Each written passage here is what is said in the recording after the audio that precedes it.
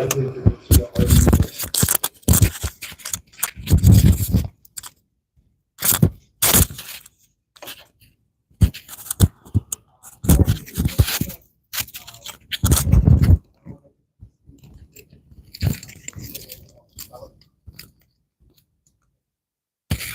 Good afternoon. My name is Arlene Coleman, A-R-L-E-N-E, Coleman, C-O-L-E-N-E.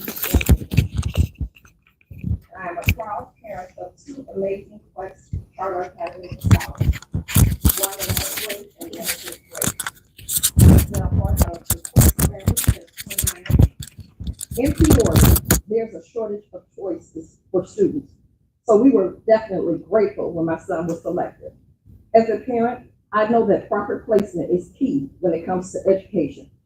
Quest has provided a nurturing environment for young minds to explore. My son was diagnosed with autism at the age of 3. I have had to advocate strictly for his educational needs to be met. Since coming to Quest, I now have a village that assists in making sure all of his needs are met. I have been pleasantly surprised by how he has grown, not only as a student, but even more as a young man. The opportunities that Quest has afforded him have increased his awareness and made him more comfortable with being himself. He has participated in art clubs, STEM programs at Bradley, like Risky Business, where he's learned about the stock market, Skills USA, where he won 2nd place for his creative photography, and also created a YouTube channel in 5th grade to provide free masks, artwork, and art supplies for children during the pandemic as a part of his passion project. As he entered his 2nd semester of his 8th grade year, he informed me that he would like to attend a 4-year university and become a chemist. My 5th grader excels in many different areas. She showed an interest in Quest immediately when she experienced her first family night experience at Quest.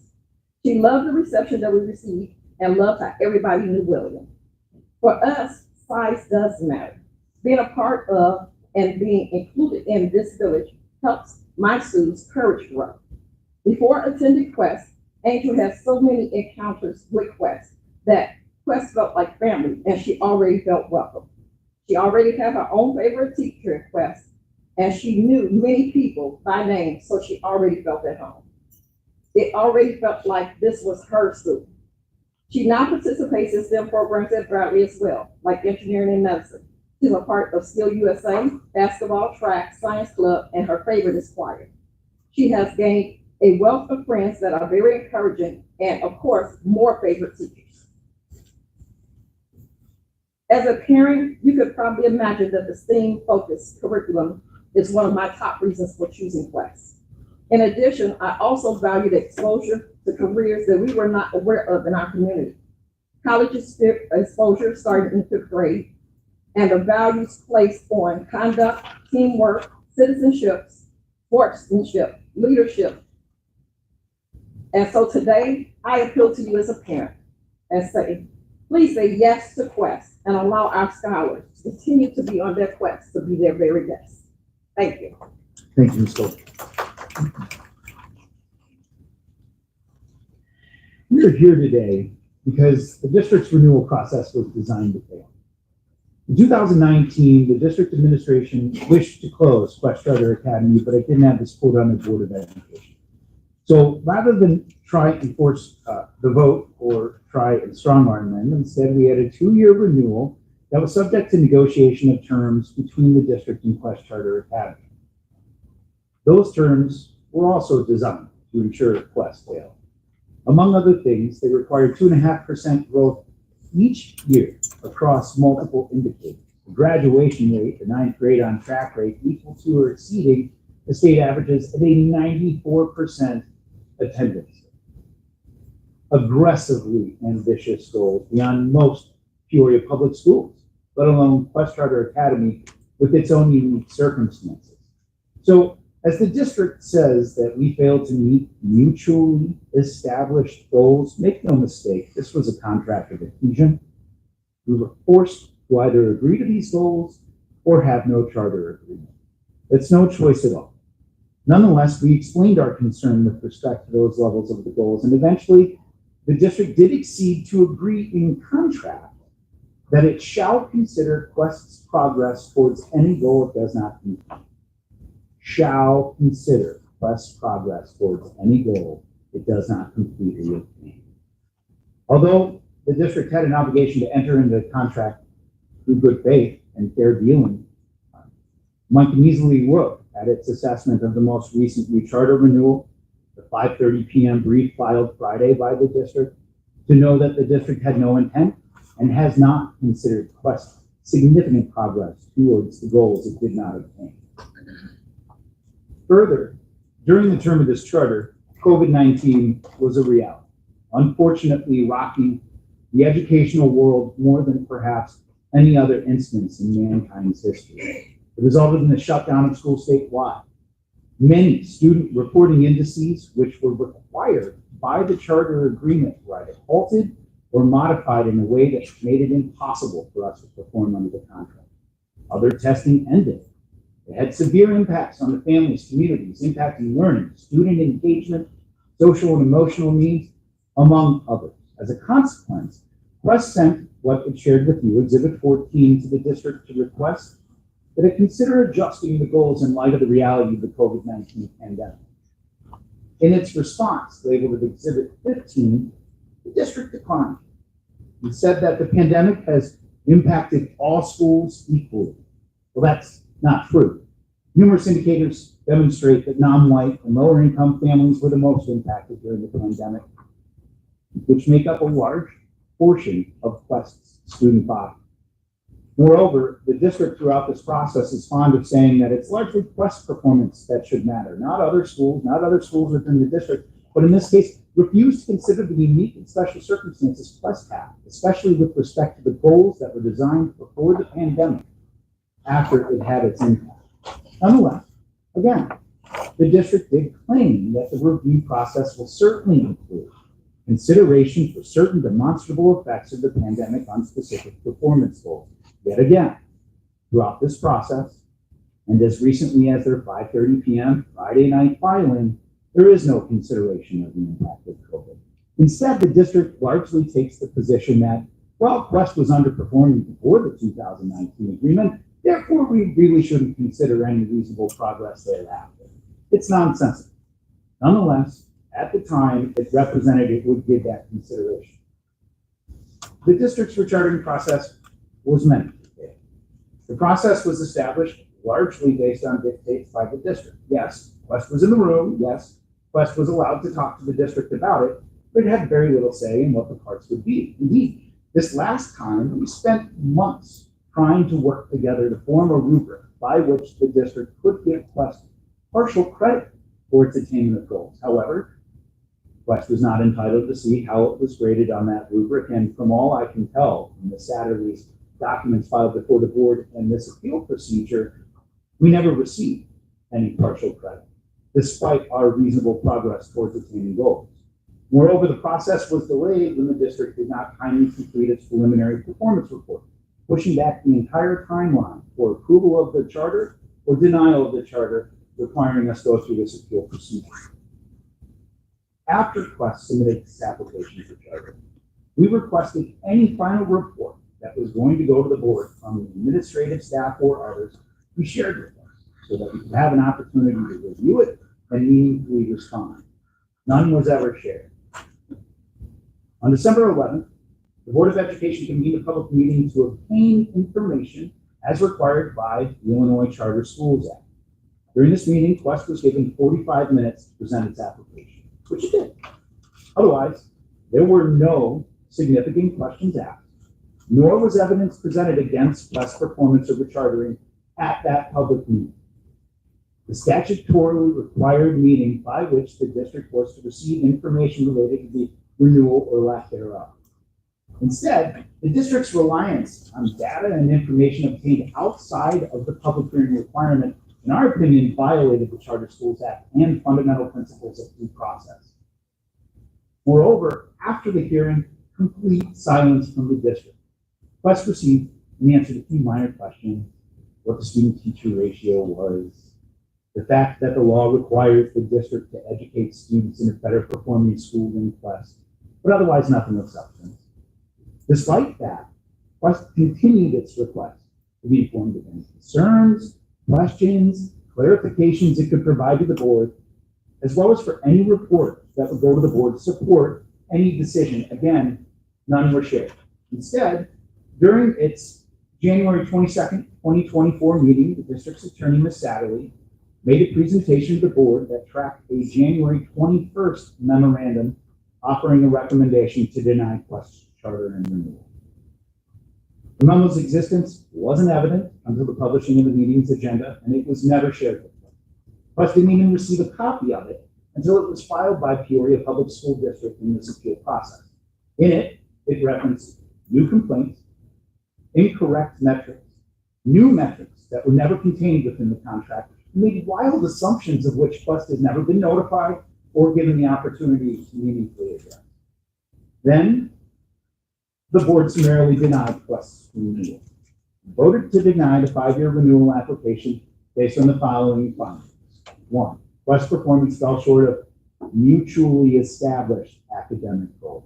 2, as a result of not meeting those mutually established performance goals, Quest's existence will not be in the best interests of students, which is a heck of a conclusion without any basis. And finally, C, Quest has failed to meet applicable charter school laws with regard to the statutory 75% threshold for teaching staff in the workforce. This is interesting. We had to report to the district on at least a quarterly basis during the entire term of the charter. Every one of those meetings contained an update on our certificated staff. Not once over those 4 years did the district ever take issue with the way we define certified staff or share any concern with respect to it at all. The first time we ever heard of how they intended to define certificated staff was in their document filed at 5:30 p.m. Friday night. Rechartering process failed Quest students. This process was not a truth-seeking or clarifying mission. It ignored Quest's reasonable progress towards meeting goals that weren't completely met, as it was contractually obligated to do, and as is supported by the statute. It asserted negative conclusions and assumptions as fact without ever attempting to clarify or confirm them with Quest. And it was based on undisclosed expectations and suppositions aimed at closing Quest rather than best serving the interest of its students. Look, I'm not saying we're perfect. We're not saying we knock this ball out of the park or we should get A+ across the board. But what we are saying is that we are in the best interest of our students, and we should be renewed as a charter. We met or exceeded our goals and benchmarks, and we have otherwise made reasonable and significant progress in obtaining them. Further, we're well done. There are reasons that the district hasn't brought up our financial health. There are reasons they aren't really talking about the administrative pillars of our operations, because we're strong in those areas. Indeed, we're also strong in the other performance metrics, although the district doesn't want to give us partial credit. For example, our financial health. As the district itself stated in its annual report for the last 2 years, the financial health of Quest Charter School is extremely solid. There are no financial concerns with respect to Quest. But let's get right down to brass tacks. How are we with respect to being in the best interest of our middle school students? What you see are the schools of origin and other middle schools within Peoria Public School District. 95% of our students come from middle schools with a lower weighted index rating. Quest performs better and gives greater opportunity to students who would not receive it in those neighborhood schools. For example, Renaya, whom we just met, comes from Elise Ford Academy, the otherwise worst performing middle school in the district. She would not have the opportunity she has at Quest if it were not for Quest. Looking at specifically those middle schools the district has identified as being potentially possible for them to ship Quest students to if we are closed, we vehemently disagree with the conclusion shared by the district that it's weighted index alone. We were forced to obtain a commendable recognition because that is what the district told us was required to indicate the value of the performance of our school. It is shocking they would now tell this hearing officer a commendable rating at least is not required for wherever our students will go. It's offensive. Beyond that, reservoir gifted is not really an option. As they noted, students would still have to test into reservoir gifted, and because they required applications be submitted by February 1, it's really no choice at all. Leaving only one middle school, if Quest is closed, at which students could attend in a statutorily compliant way. Liberty Leadership. That's going to be a bit of an issue, as implementing all of Quest within Liberty Leadership would nearly double their student enrollment. And it's not just numbers and spacing and class sizes. There are distinct differences between Liberty and Quest. On the left, you'll see a breakdown of the racial makeup of the student body. On the right, you'll see the same breakdown of the teaching body, and there are stark differences. Quest is a deeply diverse school. Going from almost a 50% white teaching relationship to an almost 80% at Liberty Leadership with an influx of nearly 2 times the number of students is bound to have serious cultural and other issues. In fact, we have heard from our students out of concern for the potential racism and classism they expect there. They will more likely stay at their neighborhood schools, which are lower performing, depriving themselves of the opportunity. But it's not just that awkward makeup that will cause a problem for our students. Here is a map of the city of Peoria and the schools. You will notice there's a large swath of nothing. It's everything north of that nothing that the district has indicated will be the appropriate placement for Quest students. That's insane. Busing students from southernmost Peoria all the way across the city will significantly increase the bus travel time that our students have. What you see in front of you is a slide that demonstrates the amount of miles from Quest and our various feeder schools that would then have to go to Liberty Leadership. And that's straight drive time on MapQuest, not including all the stops on a bus, adding 16 to 40 minutes round trip, assuming the bus never stops from one house to the school, which is just not realistic. High school is no different. More than 95% of our students in high school come from lower performing high schools, Manual High School and Peoria High School. Indeed, although Peoria Public School District would like to point out that Richwoods is superior in every way, something about it's not working because we have students attending from Richwoods as well. Quest offers choice and options to those for whom the district's choices and options aren't working. We never meant to be in competition with the district. The district seems to feel we are. Like the middle school, there will be significant concerns with implementing a transition of our high school students into Richwoods High School. One need only look at the difference between the teachers to understand there will be cultural classes. It is well understood by our student body and families that there are issues with racism, with classism at Richwoods High School. These will only be compounded with the influx of 189 new students of a very diverse and different population. Again, unfortunately, we have heard that if closed, many of our students would not take advantage of the better performing school to avoid those concerns. Quest performance demonstrates that it is in the best interest of students now and in the future. We're going to talk about a few of what the district should have considered, which is our reasonable progress towards meeting the growth indicators in the contract. First, IAR ELA required a performance goal of 2% annual increases as a growth indicator. Between years 1 and 2, for which we have metrics, thanks to the pandemic, we only went up 1.6. But, I mean, that's only half the picture. The reason we only went up 1.6 is because we were already at 43.9% growth, far outpacing our other constituent neighborhood schools from which a majority of our students come, and nearing the state average, one of only 2 with H.B. Dawson Middle School. And yet, the district's approach is to say anything less than 2% failed to meet this goal. That cannot be true. How can we not be in the best interest of students when we are among the top performing schools within the district? Looking to map. Now, the district does not say we failed to meet this. They can. We made over a 4.8% growth, nearing the state average again. The only middle school you will see having done this on this list. And again, indicating that Quest is in the best interest of its students. We can talk about the PSAT 8-9 and PSAT 10. Despite incredible 2.5% annual increase in composite scores required by the contract, Quest attained this goal again. I would like to point out the PSAT 10.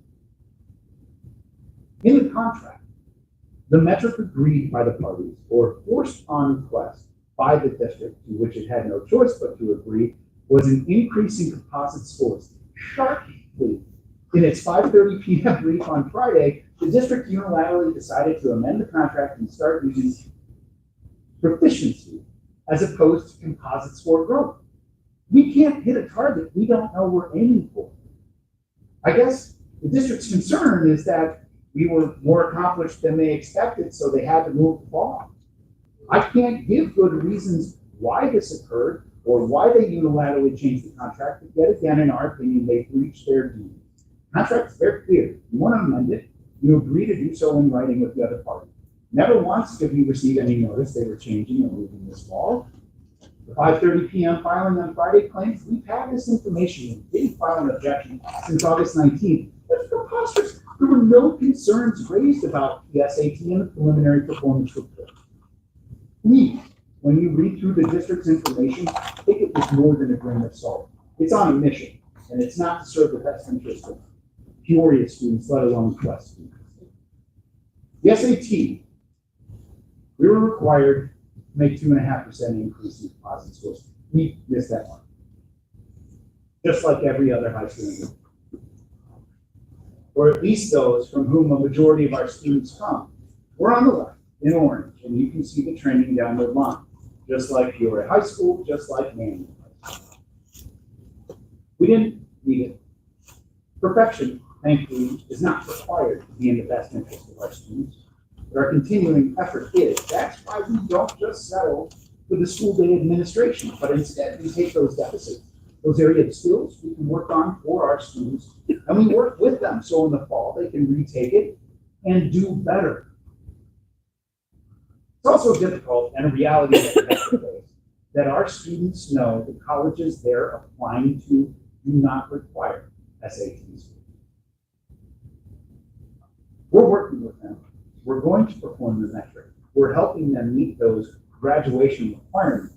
But at the same time, you can only get so much buy-in from a student who feels the work is not worth their time.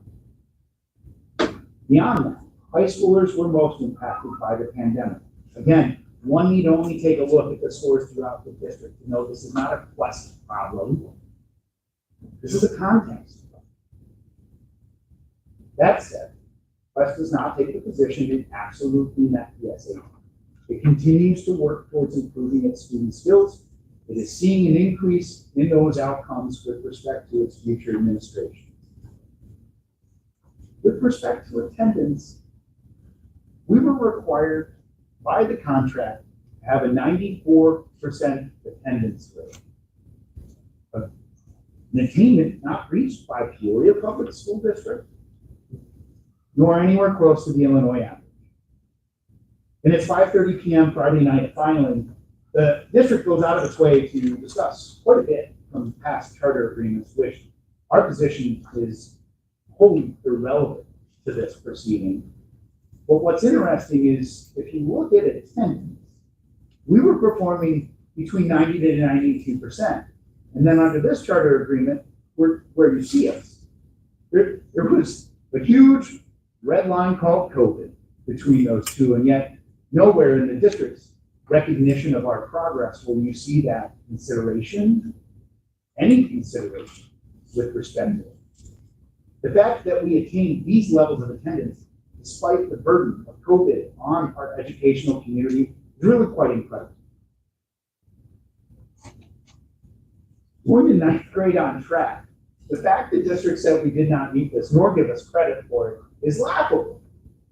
The The performance goal was to meet or exceed the state benchmark as defined on the Illinois School Report Card for each year. Did we do it every year? No. Did we make substantial strides in growing? You bet. In fact, we missed it by 0.3%. Any district who was supportive of their student body would say, wow, you're close. How can we support you? Nope, not the district. Instead, failed to meet. 0 out of 1. No one grades like that. They certainly wouldn't want to be graded like that, especially if we look at graduation. Again, our goal was to meet or exceed the state benchmark. A lofty, admirable goal. I'm not taking issue with planning high. I'm taking issue with the district's refusal to give credit to Quest for the amazing work it did in that progress. Graduation tells the story better than I can. We are near the state benchmark, almost equally as the district is graduating fewer students. Indeed, if you want to know the true story of closing Quest, in 2021, you could have expected 15 fewer percent graduates. In 2022, 5 to 7. 9% fewer graduates in 2023. Quest is in the best interest of its students. It's not perfect, but we're working on getting better, and our students are well served and better served by us than they would be in their neighborhood school. Let's talk about certification. It's been tough. It's been tough for Quest. It's been tough for the district. It's been tough for the state. That's why J.B. Pritzker just passed $70 million to help get new teachers. It is a problem. Nonetheless, we recognize that the law requires 75% certification of individuals in instructional positions. I'm going to take you on a journey. And it begins by looking at our core instructional staff. I recognize that the district says it should also include art and music. I also recognize the district says that building administrators don't count towards the certified instructional staff, which is shocking to me. First of all, to their point, they should teach. If they're going to count, they do. We're a small school and we don't have a huge pool of subs. Sometimes principals and assistant principals do, because that's the kind of community we have. In addition, Quest has bent over backwards to find teachers who are qualified and to help meet the certification requirements. We have gone internationally to find teachers who are certified with work visas. We have paid for and provided our own teachers' education. Brianna Johnson is here. I hope during your Q&A, you might consider asking her what that process was like to be supported by your school getting research. As you can see on the left, there are several teaching positions that have red noting they are in teacher ready. This is a teacher certification course paid for and sponsored by Quest for our teachers. We expect all of those individuals to have their certification by the end of this year or before the beginning of next. In addition, on the far right in high school, you'll see the ELI teacher is in a light blue. She has done, that's Brianna. She has done everything required to get her certification other than actually receive the certificate. She passed the test, she submitted everything she needs. She's just waiting on getting a piece of paper. With her certification, Quest would be at 77.1% certified teachers in what it defines as its core instructional staff. Quest could still meet its mission and provide art and music as extracurriculars, which would not at all require a certificated teacher. However, we're not here to play the numbers game we've been accused of. Instead, we're here to educate our students who have vested interests in learning about art and music. Therefore, we provide them during the school day, unlike many Peoria public school districts. They are not currently elected. And when you consider them, after Brianna were to get her certification, you'd be at 71.8% certification. Now, however, with respect to those teachers who sent through the program, we expect core instructional staff before the beginning of next school year to be certified at a level of 88.6% and all instructional staff at 82%. 75% certification is hard. It's hard for Quest, it's hard for Peoria Public School District, it's hard for ISBE. A substantial portion of charter schools do not meet the 75% requirement, what are in the best interest of students. So therefore, they're regularly renewed, not only by their local authorizers, but also by ISBE. Indeed, ISBE, in its own document for the intrinsic to charter high school renewal, stated, ISBE understands that the teacher shortage is a concern nationwide and makes recruitment and retention difficult for schools of all types in all parts of the state. That's probably why, in its response to our FOIA request, the district noted that it has several vacancies throughout its schools in certain paid positions. But at 71, 76%, Quest is far superior to other charter schools. Take, for example, Bronzeville, which has 48% last year certified staff and 52% as of December, even though the requirement is 75%. Nonetheless, ISBE staff recommends that Bronzeville be granted a renewal term of 3 years, even though they also fall virtually below all other academic performance indicators, because their students are still better served at Bronzeville. Given this, given the renewal of charter schools, which have less than 75%, substantial compliance with the law must be sufficient. Please do not look at this question as a purely binary issue. Is it at, above, or below 75%? We are working in the context of post-pandemic and a nationwide teacher shortage that has been recognized from the local level to the national level.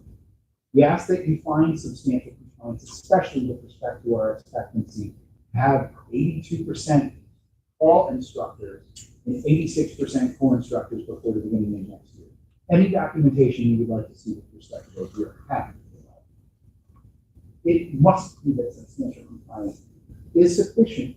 Otherwise, this could not and would not recertify charters who are below that.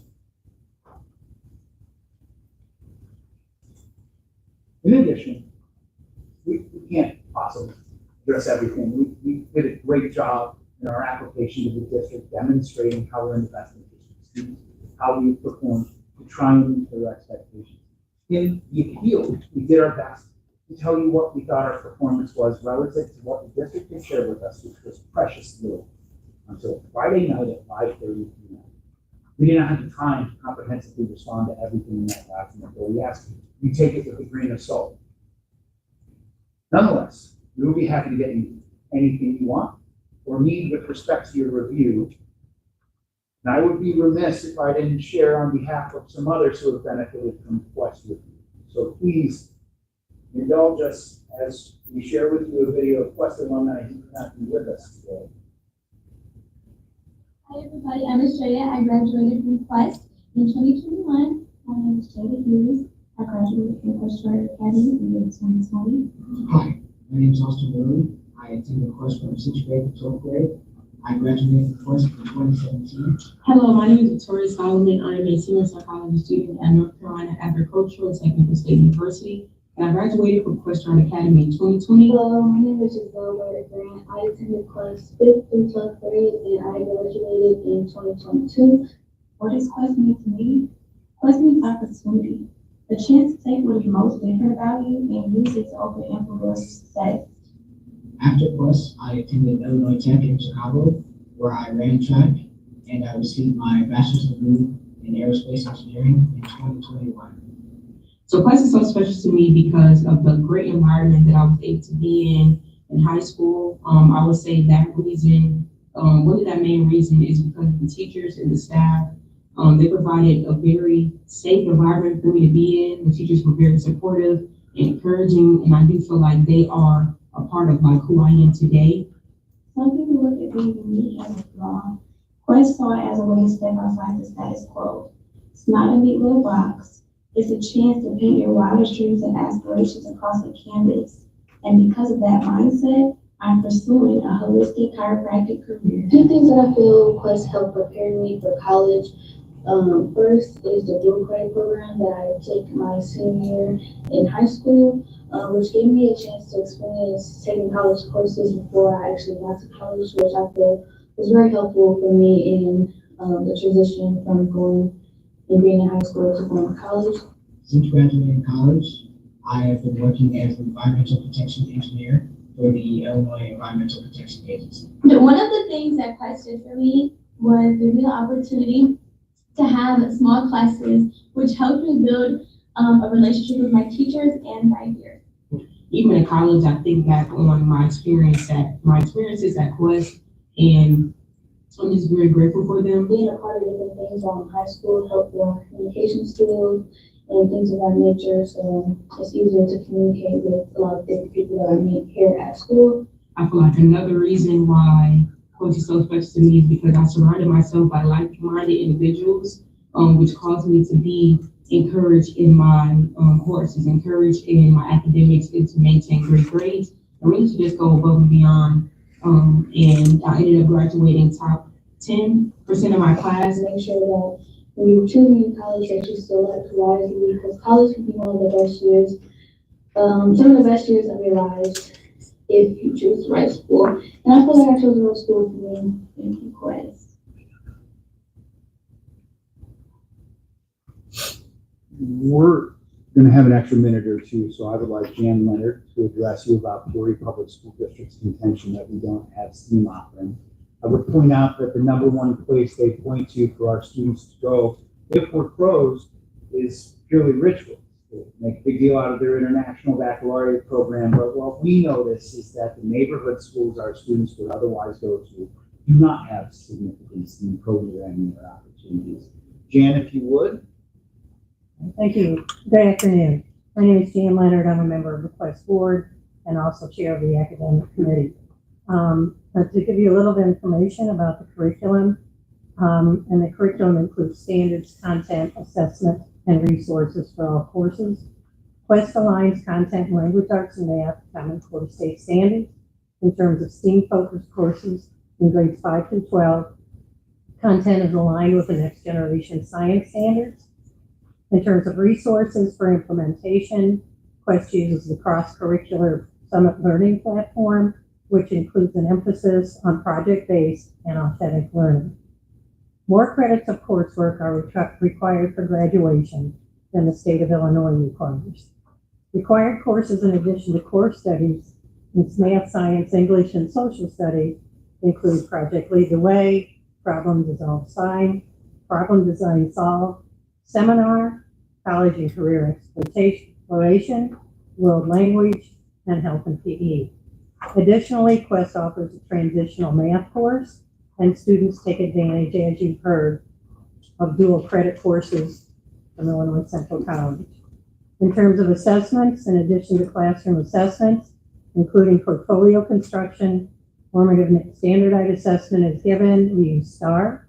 Summative NWA assessments are given 3 times per year, and the state assessment, IAR. The SAT is given as well, and of course, SAT.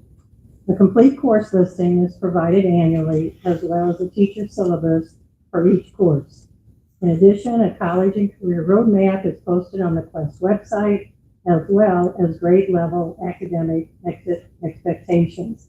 One other comment I would like to make revolves around Quest internships. One of the strong internship programs is with Caterpillar Incorporated, and a breakdown of the Quest numbers include 4 in 2018, 2019, 9 in 2020, 5 in 2022-23, and 8 this year. Thank you, Jan.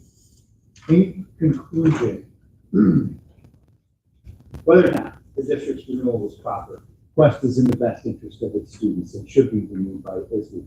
It is a tuition-free, open enrollment, heavily directed and individualized STEAM education for its students available to anyone within the district.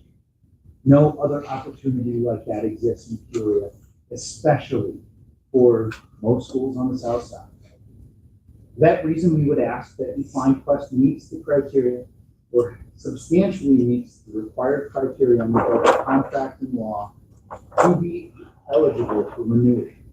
Look, like I said before, we're not perfect. We don't claim to be, but what we are is striving hard and serving our students well, more so than we would deserve if Quest were closed and students were left with nothing but the neighborhood schools in the district. We are passionate about serving our students. Please let us continue to do so. Thank you.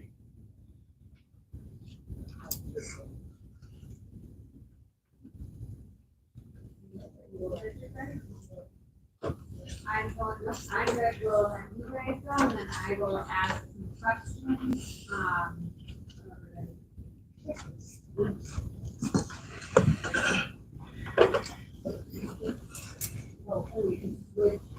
Oh, yes. You got it? Yes,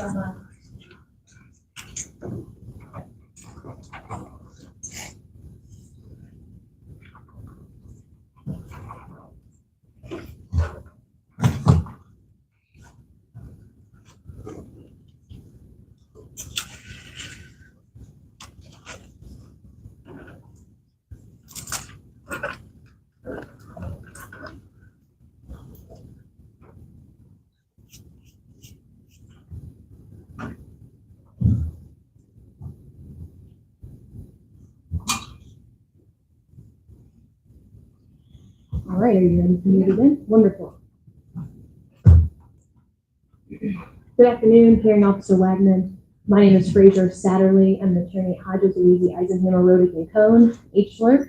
We represent Peoria Public Schools District Number 150 with me today, my colleague, Jennifer Donnelly. I also have Dr. Sharon DeLon-Karat, the superintendent of Peoria Public Schools, Dr. Alexander Ikajaku, the Associate Superintendent for Human Resources of Peoria Public Schools, and retired Assistant Superintendent Dr. Sandra Wilson, Assistant Superintendent for Curriculum. She's retired, but we thank her for coming back here with us. She was obviously very closely involved with the academic pillar leading up to this renewal period, so thank you. I also want to recognize two of our folks in the audience. Jeffrey Atkins Dutro, he is the president of the Peoria Federation of Teachers, and Tony Strong, she is the vice president of the Peoria Federation of Teachers.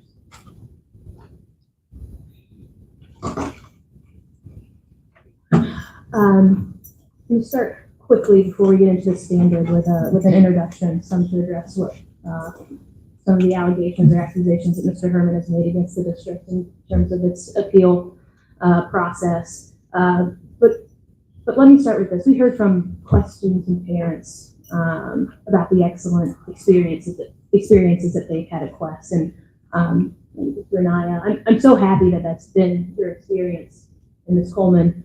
We certainly don't dispute that and are happy to hear it. I had a great high school experience. It's important. I won't tell you when, it will age me. But that's so wonderful to hear. And I think there are other students that have had that experience as well. I don't think they would be in the room today if that weren't the case. But experience is one thing and data is another. And the data that the district has, the data coming out of Quest Charter Academy, paints an entirely different picture from what you've heard, both from Mr. Herman and from the parent and student speaker. I'm not completely shocked to hear that the last item on Quest list was the certified staff requirement. I don't know what substantial compliance is with the law or technical compliance is with the law. I know that if I were to try that line on an officer after being pulled over for going 15 over the speed limit, I'm not sure that my technical compliance by putting on my cruise control would work. But at any rate, I'm not surprised to hear that the certified staff issue was the last addressed. Quest has been in violation of the charter school law. They are currently in violation of the charter school law. They have been in violation of the charter school law regarding the statutory 75% certified staff threshold since the 2017-18 school year, 7 years. You'll notice from the timeline that is from over one renewal period to another. So the board, maybe like Bronzeville did, renewed that charter school despite the fact that they didn't meet those thresholds. What is more, and perhaps a bit more troubling, is that Quest has not provided any competent evidence to show to the contrary, to show that they've met this threshold, even though they've disputed the district's information on that fact. This is not new evidence. Their certification levels were at issue at the last renewal date in 2019. They remain an issue for Quest now. This is data that we received from Quest. It's in the certification. We received it in October. That is what our numbers are based off of. If there was a change in those numbers, if there was a rebuttal to any of the numbers in the previous years, we have not received it. When it comes to the performance goals in the charter agreement, again, no surprise that Quest's overarching theme here is that the goals are overly aspirational or that they've made reasonable progress. It's also not a shock to hear that the pandemic is the scapegoat for their failure to meet these academic progress goals. But the question is, what is reasonable progress? In this last renewal period, from 2019 to present, Quest failed to meet 8 out of 11 goals in the current window. That's 27% of the goals that they've met. In the last renewal window, they met 8. They failed to meet 5 out of the 8. That's only 37% attainment of the goals. Not all progress is reasonable progress. And notwithstanding a clear violation of the charter school law, using Quest's definition of reasonable progress, the charter would be continuing in perpetuity without any accountability whatsoever when it comes to the academic standards. These types of things simply cannot be viewed in a vacuum. None of this should be a shock to Quest. I heard it mentioned maybe 7 or 8 times that we filed our response to the appeal on Friday at 5:30. All of the data that is in that response to the appeal is Quest's data. All of the data that has been brought up as part of that appeal is data that was in question in the previous renewal window and in the current renewal window.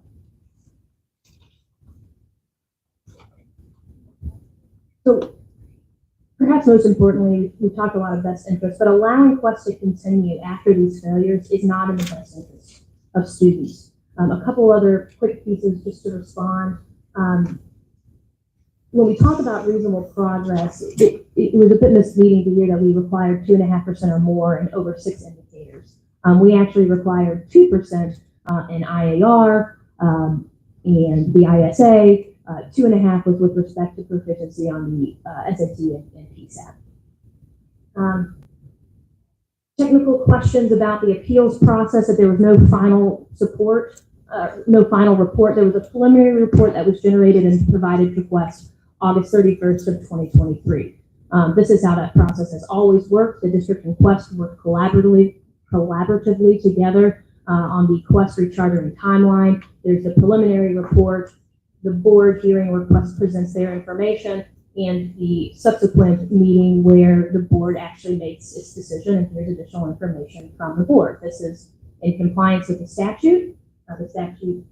They had a public hearing. On December 11th, they presented their case. Additional questions were asked and answered, and the district made a presentation in January of 2024. There's no issue with that. But in terms of the standard, I don't need to repeat it here. It's in the data that you provided. You're familiar with the law. But we had to clearly demonstrate that the charter school did any of the following or otherwise failed to comply with the requirements of this law. And it is our position that Quest has failed to meet or make reasonable progress with the achievement of content standards or pupil performance standards identified in the charter, and they violated other provisions of the law from which the charter school is not exempted. You, hearing officer, you're well aware of this too, and there's no need for me probably to articulate this again, but I simply can't help myself because it's on the slide. You may reverse, or the state board may ultimately reverse the local board's decision to revoke or not renew a charter if they find that the charter is in compliance with the article and is in the best interest of the students it's designed to serve. That is an and, not an or. It has to be both.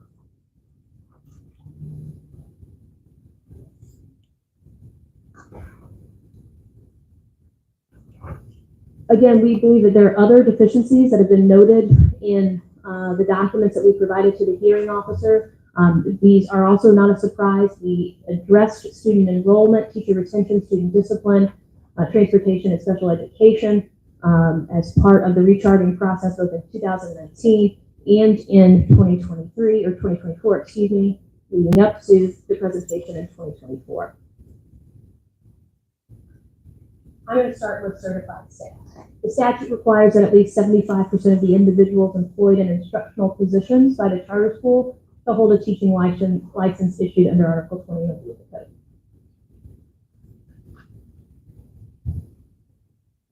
Quest did not meet this threshold either in the first 2 years of the current renewal window for 2020-21 or 21-22, nor did they meet it in the extension 22-23 or 23-24. In fact, again, they haven't met it since 27-2018 school year, and that is 7 years of not being in compliance with this particular provision of the charter school law. So in terms of the definition of instructional staff, I'll be frank with you, part of it is just a common sense application of the word. Are you in a position where you are teaching students or providing instruction or people evaluation? And in their numbers, Quest included their executive director and their 2 principals. But in the data that they provided, and this is on District Exhibit 4 of the materials that you were provided, those individuals are listed as not teaching any courses. This is data that Quest uploads via Skyward to show the district which staff members are teaching which courses. So it may be true, I don't know. It may be true that here and there, those individuals step in and teach a class when it becomes absolutely necessary. But are they teaching these classes on a regular basis to the point where they're actually providing instructional value to the pupils? No. Lest there be any confusion, there are 2 provisions of the federal regs. One is an FMLA provision. The other is actually part of the school code section 10-22.34 that deals with situations in which a board may employ non-licensed personnel. And for that particular definition, that includes non-teaching duties not requiring instructional judgment or evaluation of the pupil. So again, to the extent they've got administrators potentially teaching a one-off here or there, they are not providing that instructional judgment or evaluation of the pupil on a regular basis to be considered in the charter school members for certified staff.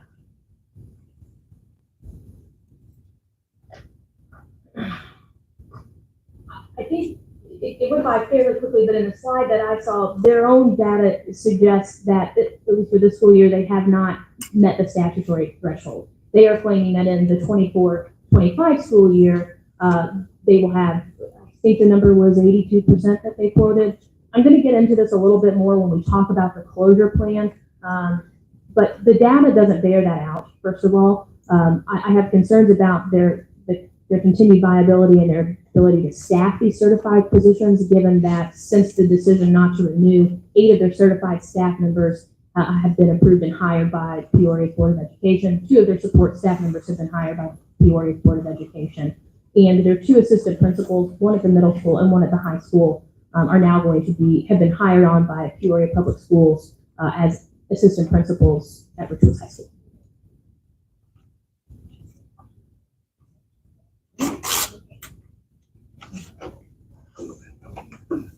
This is just a graph showing the numbers. Also in the data. This is our current. This was based, and again, this is District Exhibit 4 and the appeal in the documents submitted with the district's response to the appeal. We had 43 instructional positions by our count, and that data provided by Quest to the district in October of 2023. 15 of those positions were filled by individuals holding their sub-certificates, which again, we do not believe is the type of licensure required or contemplated by Section 27A-10 of the school code. That is, just in case I forgot to tell you the math there, that's 65% of certified staff in instructional positions, based on the numbers that Quest provided to us. They claim that Quest claims that as of the January 22nd, 2024 board meeting, they had 33 instructional positions, 27 of which were filled with certified staff. Frankly, those numbers don't add up. I don't know how we went from 43 instructional positions to 33, but at any rate, Quest hasn't provided, again, any competent evidence to suggest that these are the certified staff assigned to these particular positions, and these are the instructional positions that we have.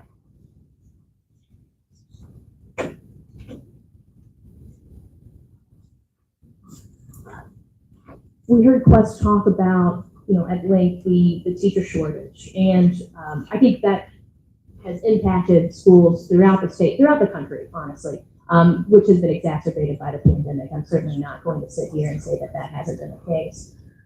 But I don't think that Quest takes into account the fact that they have been provided some leeway or flexibility by virtue of the charter school laws, whereas they need to have 75%, that's their statutory threshold.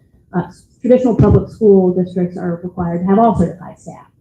So when you look through the lens of a teacher shortage, looking at it when you have a slightly different window provides a different perspective on what that shortage actually means.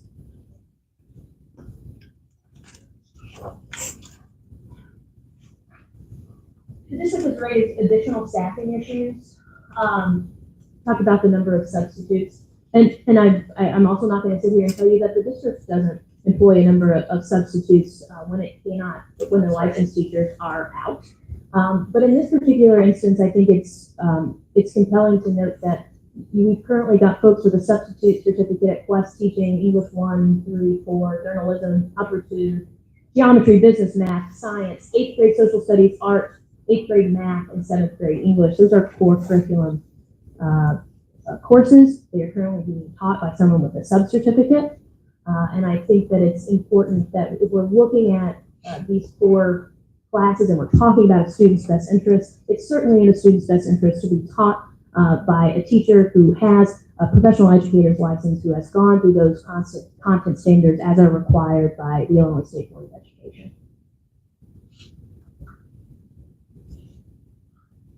The teacher retention rate, this was mentioned as part of the district's presentation in January. It was included as an issue as part of the preliminary performance report. It was also addressed at the 2019, November 2019 renewal hearing on Quest. Teacher retention has continued to be an issue for Quest, trending significantly lower than that of Peoria Public Schools or the state average. The retention rate of 59.6% in 2023, they were actually trending up, but we're still 30% lower than Peoria Public Schools and the state average. In response to Peoria bringing it up as an issue, Quest has asserted that the teacher retention issue may be impacted by their salaries, right? That Quest has a lower starting or a lower average salary than that of PBS or even statewide. I think that they quoted $43,900 as a starting salary, whereas Peoria was $69,400 and the state of Illinois was $73,000. Now these are averages, so we're not talking about bachelor's step 1. We're talking about an average of the staff on hand. And part of the issue is Peoria retains its teachers and has a number of staff on hand that are employed that have significant experience and thus are higher up on the salary schedule. Quest, for better or for worse, not unionized and doesn't have a collective bargaining agreement or a salary schedule by which to adhere. They also talked about their financial viability. They have money to pay their staff as they wish because they don't have the collective bargaining agreement to deal with. So I think when you look at the teacher retention and their response to that, it certainly raises concerns for the district in terms of Quest being able to hang on to certified staff. That necessarily goes hand in hand with students' best interests, because we do believe that students need to be provided instruction by certified staff.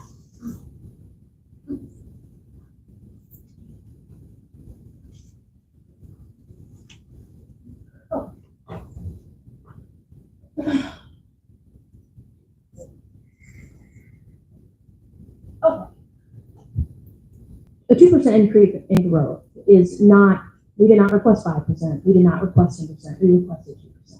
This is not an unreasonable growth metric, and we don't dispute that Quest met it in that.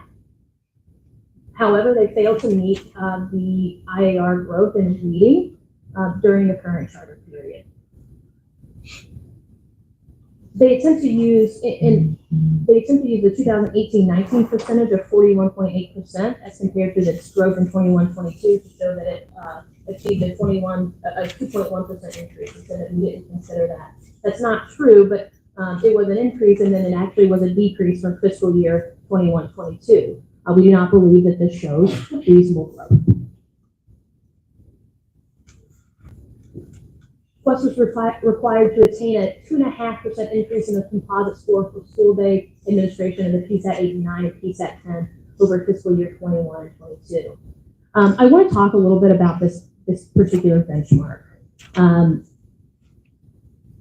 Quest talks about the fact that it says composite score. We were looking at proficiency. Either way, proficiency was how, when we provided them the preliminary report in August of 23, that was how we measured it. We said 0% of your 10th graders taking the PSAT 10 met the proficiency level benchmarks for that year. The next year they met, it was 2%. It was less than what we required in 2.5%. I don't think that we didn't move the ball. We didn't hide the ball. We were not trying to change the terms of the charter agreement. Proficiency was what we believe we were measuring, and that's what was also in the August 31st, 2023 response. So this idea that they were shocked or couldn't believe to see this metric, that is a metric that the district has been using. Even if this hearing officer was inclined to say, okay, well, it says composite score, we're going to go by composite score. If you go by the raw composite score data, they met the PSAT 10, but that means that they've met 7. They failed to meet 7 out of 8 goals, and they're still at 36% in terms of meeting all of the performance indicators under the current renewal agreement.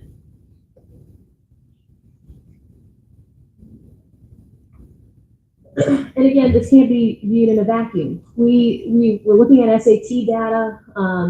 Quest raised some concerns about the viability of the SAT, predictable bias not being used to typically address college readiness or where students are on this proficiency or growth level. But in fiscal year 2016 to 2020, we looked at the ACT, and they also failed to meet the performance goal to meet or exceed the national ACT average score of 21 by its third graduating class. And this would have predated what Quest calls dooming them to fail by setting these aspirational goals. The Illinois Science Assessment. Just by way of a brief background, the Illinois Science Assessment is administered to 5th, 8th, and 11th grade students in the spring. Quest was required, to show a 2.5% increase in the percentage of students reported as proficient. These are the numbers. They did have a significant increase from 21 to 22, and then a decrease from 22 to 23. But they still did not meet the goal in 22 to 23.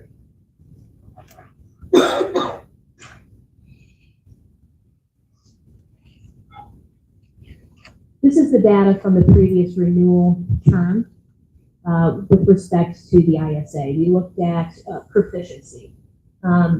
They Quest, and I think as they've been want to do over the course of this hearing in particular, but over the course of the renewal period as well, is kind of gloss over the fact that they consistently failed to show progress in this assessment since 2016. Those are the proficiency numbers, and it was not significant gain.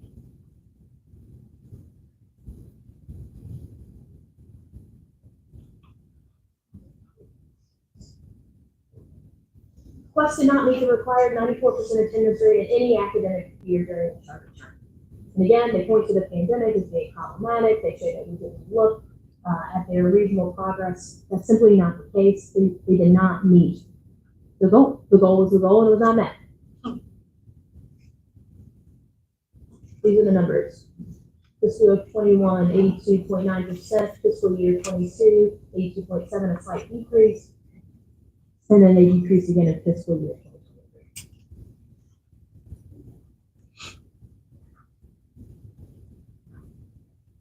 Ninth grade on track. Quest failed to meet or exceed the state benchmark each year as required by the charter agreement. Again, we use these state benchmarks numbers for a reason. They're a good indicator of student progress. And while Quest did get closer, they still did not meet the state benchmark. And again, when we look at what reasonable progress is, we cannot look at this in a vacuum. This is an indicator of student proficiency in ninth grade on track to graduate. This is part of Quest's mission, is college readiness, and they're simply not meeting their goals in that regard.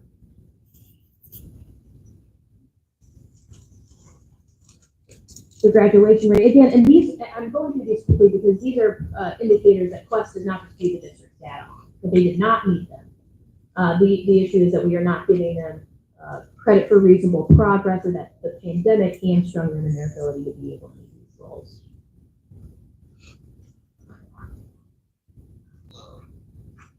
Okay.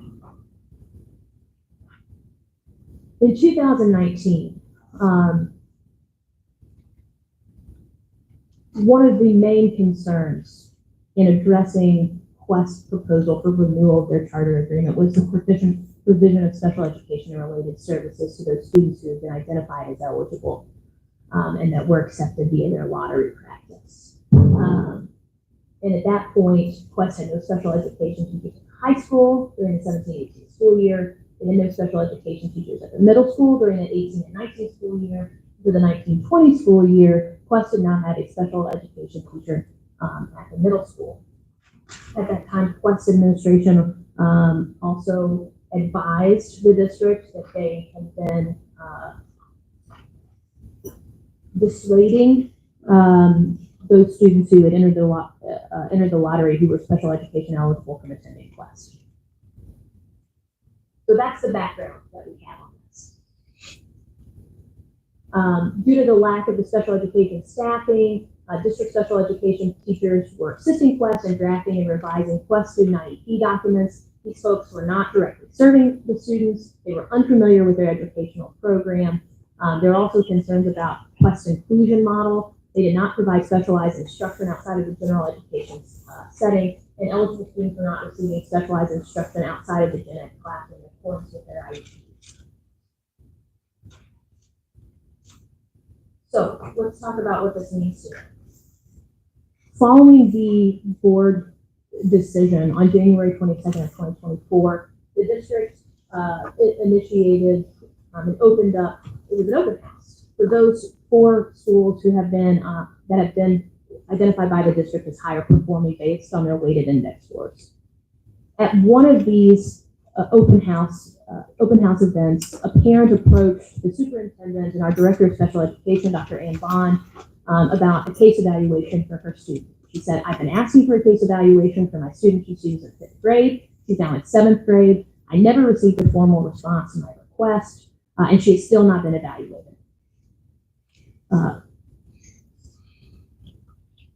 We worked with the director of special education. They reached out to Quest and said, "You should evaluate this student." As we sit here today, the student is scheduled for an evaluation, but none of the domains paperwork has been completed. There's not a notification of conference that's gone out for the March 20th meeting, and there has been no parental consent. There are no documents in the Skyward system whatsoever. So we did a little additional digging. Having had that particular issue brought to our attention, we looked at compliance at both the middle school and the high school.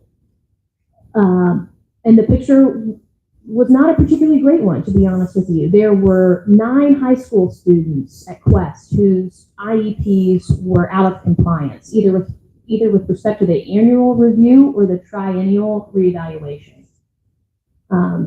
There were 2 at the middle school in the same boat on out of compliance for the annual review and for triennial deadlines for reevaluations.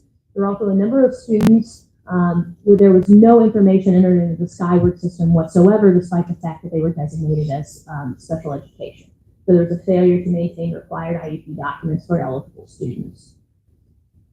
Now, this was frankly a bit shocking for us because Dr. Ann Bond had been meeting with Quest monthly to try to address these special education issues, which was part of the reason they weren't included in the preliminary report in the first place. We were under the impression that things were going smoothly and all the students were being serviced as necessary and the information was in Skyward as required. And that was not the case. So special education concerns have been ongoing since the 2019 renewal period to now. All of this information is included in districts Exhibit 14 and Exhibit 12 and 13 that were submitted with the response. Okay. Student discipline. Quest is required for the charter agreement and by law, SB 100, we're all familiar with it, at least those of us sitting around the table, who've had to deal with the implications of that provision of the school code. And the Quest is required to implement a system of uniform student discipline that comports with federal and state due process requirements and with section 10-22.6 of the school code. We have concerns, not just over the number of referrals and the out-of-school suspensions, which Quest acknowledges in its appeal are quite high, but it's really for us, I don't know if this has a pointer on it. Anyway, the information is in the materials, but it's the no action bar there in the middle that really raises eyebrows for us. As part of, it's appendix B to the chartering agreement is Quest student discipline philosophy. And for students receiving a first-time major referral, administrative action is required, whether that's a call from the parent or a conference with the student or a referral for services or you name it, any of the types of interventions that are contemplated by SB 100. When they say no action, and I'll give you that it's not delineated by first major referral or minor referral, but you've got to assume that in fiscal year 2022, with 5,600 referrals and 4,044 not receiving any action in the designation in the Skyward system, according to Quest, that some of those were major referrals that required administrative action. And without anything telling us otherwise, we have to assume that Quest did not comply with that particular provision of the charter agreement. And they were not actually taking any administrative action on those particular referrals.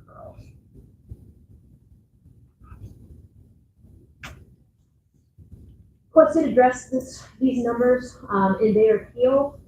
Part of their presentation, they attempt to rebut this by saying that they track this data internally as opposed to in Skyward as the preferred method by CBS. And my question to that is, then where is the data? It has been tracked and these interventions have been logged.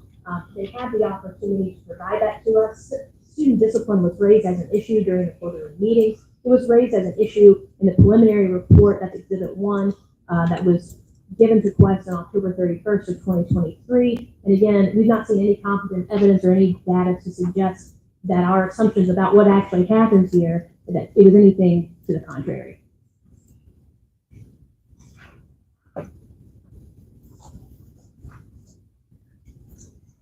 So we learned, and Quest has acknowledged, that there was a transportation issue at the beginning of the 23-24 school year.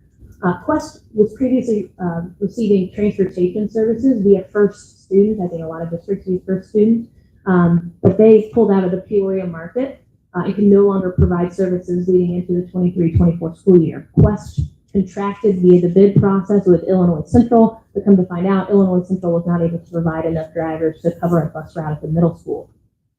This came to our attention via parent or public concern, a call to our transportation department about what was going on, but rather than changing the schedule or closing down a route or collapsing a route to account for the lack of staffing, we learned that Quest was renting vans and had parent volunteers transporting students to and from Quest Middle School. This raises some concerns. First, they were using passenger vans that were like large cargo passenger vans that hold 11 or more people. Those are strictly prohibited under Illinois' ISBE's vehicle use summary for transporting students. In addition, if parents are transporting students to and from school from attendance centers, and it's at the school's bequest or behest, they must provide they must have a valid school bus driver's permit, which is not what was happening here. Now, that issue did ultimately get remedied, but the fact that this happened is obviously of great concern for the district in terms of its of safety and transporting its students. I want to talk a little bit about the STEAM-focused curriculum.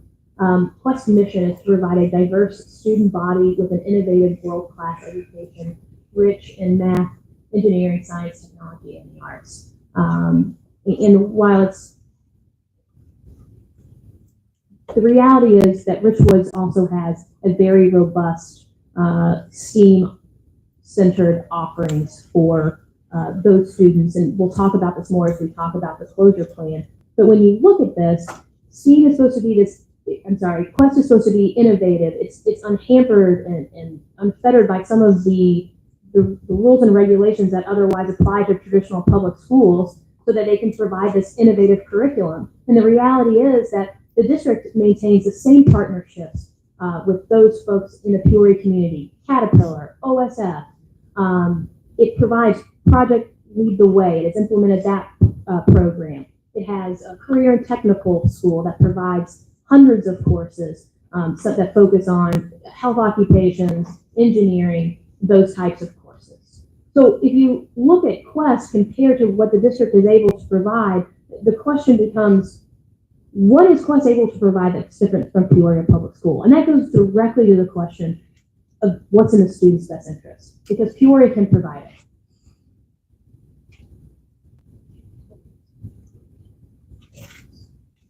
Okay.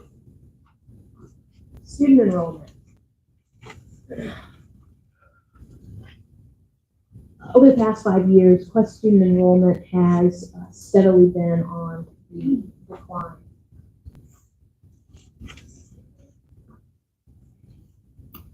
This year, that's 214 students at the high school.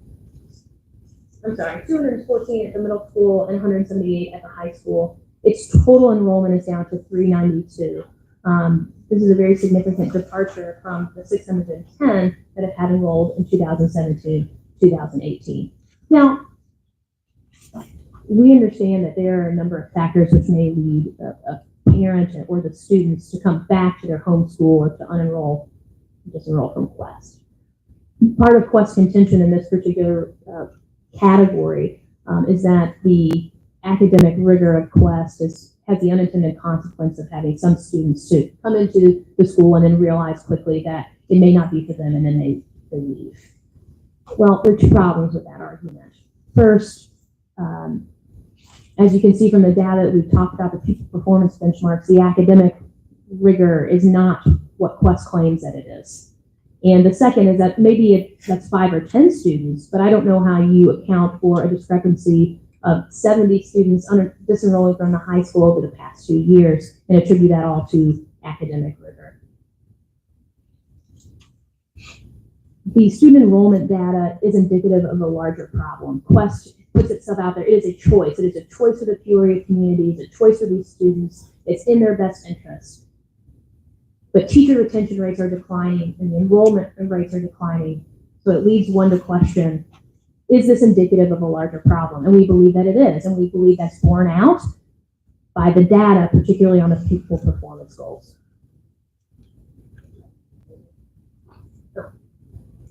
So this was also included in our response to the appeal. But in the 23-24 school year alone, and this is prior to the board's decision to non-renew the charter. So this was leading into the 23-24 school year. 78 Quest students sought to unenroll and come back to their home attendance centers at Peoria Public School. They cite reasons from anywhere to it's time for a change, or I want to go back to Peoria. I got accepted into different programs. Wants to switch districts. I want to attend Peoria High. The parents say the buses barely came to pick them up. I want to keep a closer eye on them because it's closer to home. I mean, these are the types of reasons that were given in that 78 people, and that's in the 23-24 school year alone.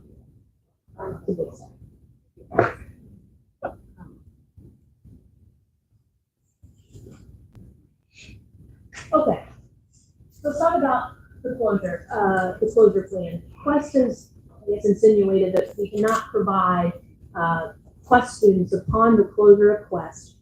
We cannot ensure, as is required under the law, that all students currently enrolled in the charter school are placed in schools that are higher performing, as defined in the state's Every Student Succeeds Act accountability plan, and that's simply not the case. Quest did receive a commendable rating at the high school. The middle school was previously targeted in fiscal years 21 and 22. It received a commendable rating in 2023. But the Quest index score for all students for the school year 23 is 45.6. And that is less than the weighted index score of all five of the schools that were identified by PPS as the new locations upon transitioning out of Quest. So that's Richwoods, Mark Bill's, Rolling Acres, Liberty Leadership, and Reservoir Gifted.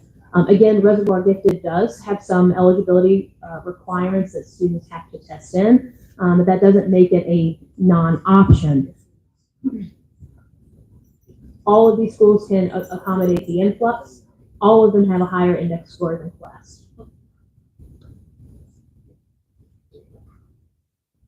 And that's all that is required. Mark Bill's and Rolling Acres, I want to talk quickly about that because they noted that it was in a comprehensive range, and there is a reason for that. The schools were previously targeted because of a low-performing subgroup, particularly children with disabilities. Quest doesn't have enough children with disabilities to even be tested in that subgroup when it comes to the state's summative designation. But those two schools in particular are now on the improvement plan, but because of the numbers in that subgroup, they are at comprehensive, but again, their index scores are still higher than that of Quest. Thank you.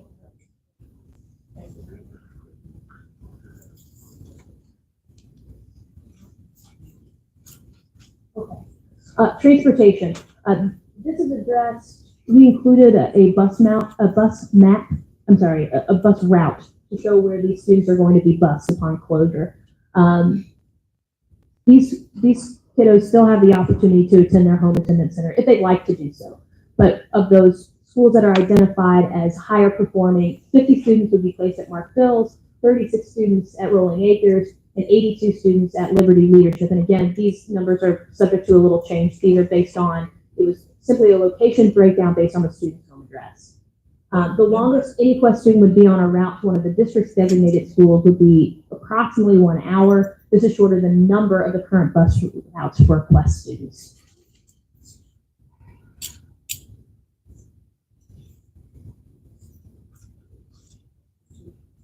Okay. So finally, I want to talk a little bit about what's happened and the impact of on the closure plan and the impact of the board's decision on January 22nd. I mentioned this in the introduction, and I want to go back to it here because the district has continuing concerns about Quest's continued viability in light of the board's decision. I noted before that 8 certified staff members have already been approved and hired by the district, 2 support staff, and 2 of the assistant principals. In terms of student enrollment, I think the numbers are even more compelling. You have 140 Quest High School students have now enrolled at Richwoods High School with a schedule for the 24-25 school year. You have an additional 49 Quest High School students that have enrolled without a schedule. That's a total of 189 Quest High School students that have enrolled out of a total of 214 currently enrolled. Those are massive numbers. That's most of Quest High School. Again, the staffing shortage is only highlighted by the fact that those certified folks are now coming to the district. So we have some concerns about that as well. In addition, we hired an additional school counselor at Richwoods High School to ensure that all students are adequately supported upon their transition. I have a few minutes, and I'd like to cede my time to Dr. Curran. Blackman. I am the superintendent of Pure Public Schools, Dr. Sharon Denny-Lakarat, and I take my job very seriously and ensure that all decisions are made in the best interest of each and every student, including our Quest charter students. And you've heard, which consists of 392 students, 178 high school students, and 214 middle school students. We've heard the Peoria Public Schools District's legal counsel, Attorney Fraser Satterley. She shared a compelling presentation as it relates to Peoria Public Schools Board of Education's non-renewal of Quest Charter Academy.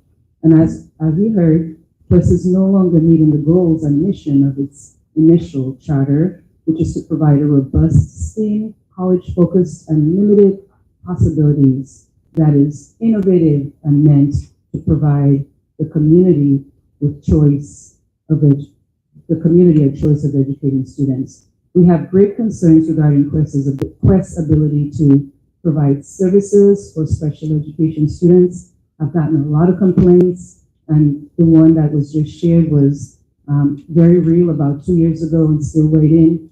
Transportation, you've heard of, transporting students legally and providing rigorous. And we heard the financial help. We didn't touch it, but we know they're going to run out of money. So I need to wrap up. One of the lessons we've learned is the devil is in the detail, and we have to trust and verify. And one of the things we have to verify every piece of information, and we can work with you on that and share some more with you as well. After 14 years, the data shows that Quest continue 14 years, that they're no longer justifiable. Thank you, Mr. David. Thank you, everybody. I have some questions. They're in no particular order, and if you don't know the answer, if I'm looking to the attorney, you don't know the answer, but kind of the school experts have information, please just share it. But before I get into my questions, your presentations, if they can, you can drop them into the Charter Appeals. That would be really helpful so I can follow along. Fraser, can I start with you? What is there was on page 48, there was reference to with and without schedules for the student enrollment. Can you explain the difference between a student who is enrolled with a schedule versus a student who has enrolled without a schedule at this point? Yeah, the ones with the schedule literally came in and met the counselors and selected courses. Okay, and the others have just enrolled but have not gone through that particular process, but they are hours for the 24-25 school year. And just clarify for me, because I'm just trying to understand what's going on, because I understand that, you know, once the communication came out that there was a potential that Quest might be closing, my understanding was there was communication from the district about parents' next steps and what that was. And so those students who have come in to enroll, there is still a chance that if Quest remains open, that those students may continue with Quest. I mean, that's our understanding. Okay, but I think they were taking steps in light of the board action, and we recognize that some of them may go back to Quest, but at this point, 189 of them have come in, 140 have, 149 have enrolled with the schedule, but yes. Yes, we were told that workers at the closure of the sick place, and they were told to work as if they were going to remain. So that's how we operated. So yes, if in fact the decision is overturned and individuals who would want to go back, that's an option we have as well. Absolutely. Okay, similar questions, the staffing that have committed and been hired through you all. Is there, if Quest remains open, do they have the opportunity to return back to Quest, or have you guys, because have they entered into formal contracts with you, or how is that working? Well, the board has approved the certified staff and the APs, whether or not they've signed off on their employment contracts yet for, I don't know if it's 1 year or multi-year contract for the administrators. I'm not sure, Dr. Becky may be able to speak to that. But again, I think we recognize that they could potentially go back. I think it depends on what time of the year they notify us that they're making a decision under the school code. If I can answer that, I had a meeting with them, and that's the first thing they said, hey, even if, can we still stay? And we said, absolutely. So even if Quest remains open, some of the staff have asked, even if Quest remains open, can they stay? That's correct. Maintain. And we have positions. Okay, in your position is essentially, depending on when they give the notice, they could potentially return that. They could return to Quest. I don't I will not. keep them against their will. I think the question is how close to the start of the school, the first student attendance day are they? Right, okay. I just, given the timelines of all of this, I wanted to make sure that I'm understanding, because again, they were also given options to come, like with the potential closing, to come explore what would happen Correct. to their positions. Correct. I think both parties, I don't want to speak for Josh, but I think both parties have been, operating on similar but parallel tracks. We are going to carry on as though we're remaining open, and we have to prepare as though when we close, and we're going to be taking on these. So part of that was opening up open staffing positions to some of the club staff. For you guys, in light of the fact that some of your staff may have already accepted positions, how does that then alter kind of your staff retention or maintaining your certified rates? Well, our understanding is that those commitments have largely been relegated to LOIs. That's based off what we've heard from our teaching staff. Nothing changes about our dedication to obtaining a highly certified instructional staff.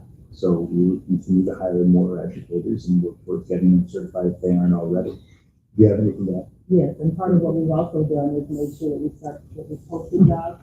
So, those jobs are posted and we start to get applications coming in. So anybody that decides to stay where they, sign, then we would start hiring.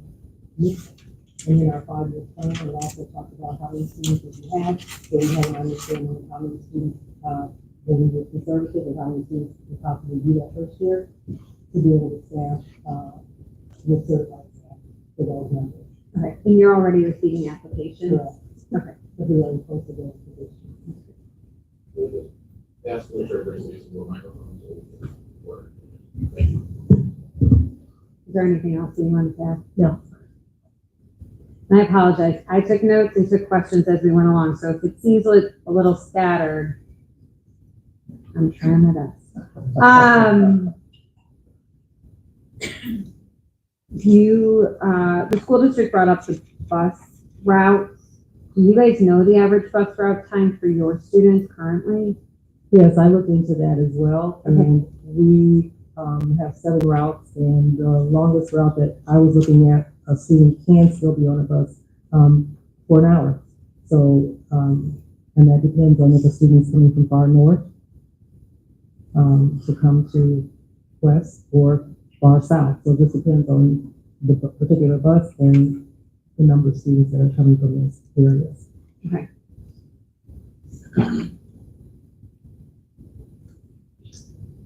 This is kind of a logistical question. Those are parent comments on why they do not, or why they transferred out of class. Yes, Are those part of the documents you guys have provided, or No. do you intend to share those? I can share them. Okay, yes, wonderful. Now you can, do you have them electronically? I can. Because then we can just pop it in the charter Sure. appeals folder. I can do that when I get home. Yes. It's not a right, that's not a right, anything I'm asking for you guys materials wise is not a right this second. Okay. I just want to make sure. Yeah. Oh, we can we can for see it you here. after. I was taking 78 pictures on my phone. Oh, no. Please go. I was like, how long do you have? Hearing Officer Wagner? Not that much time.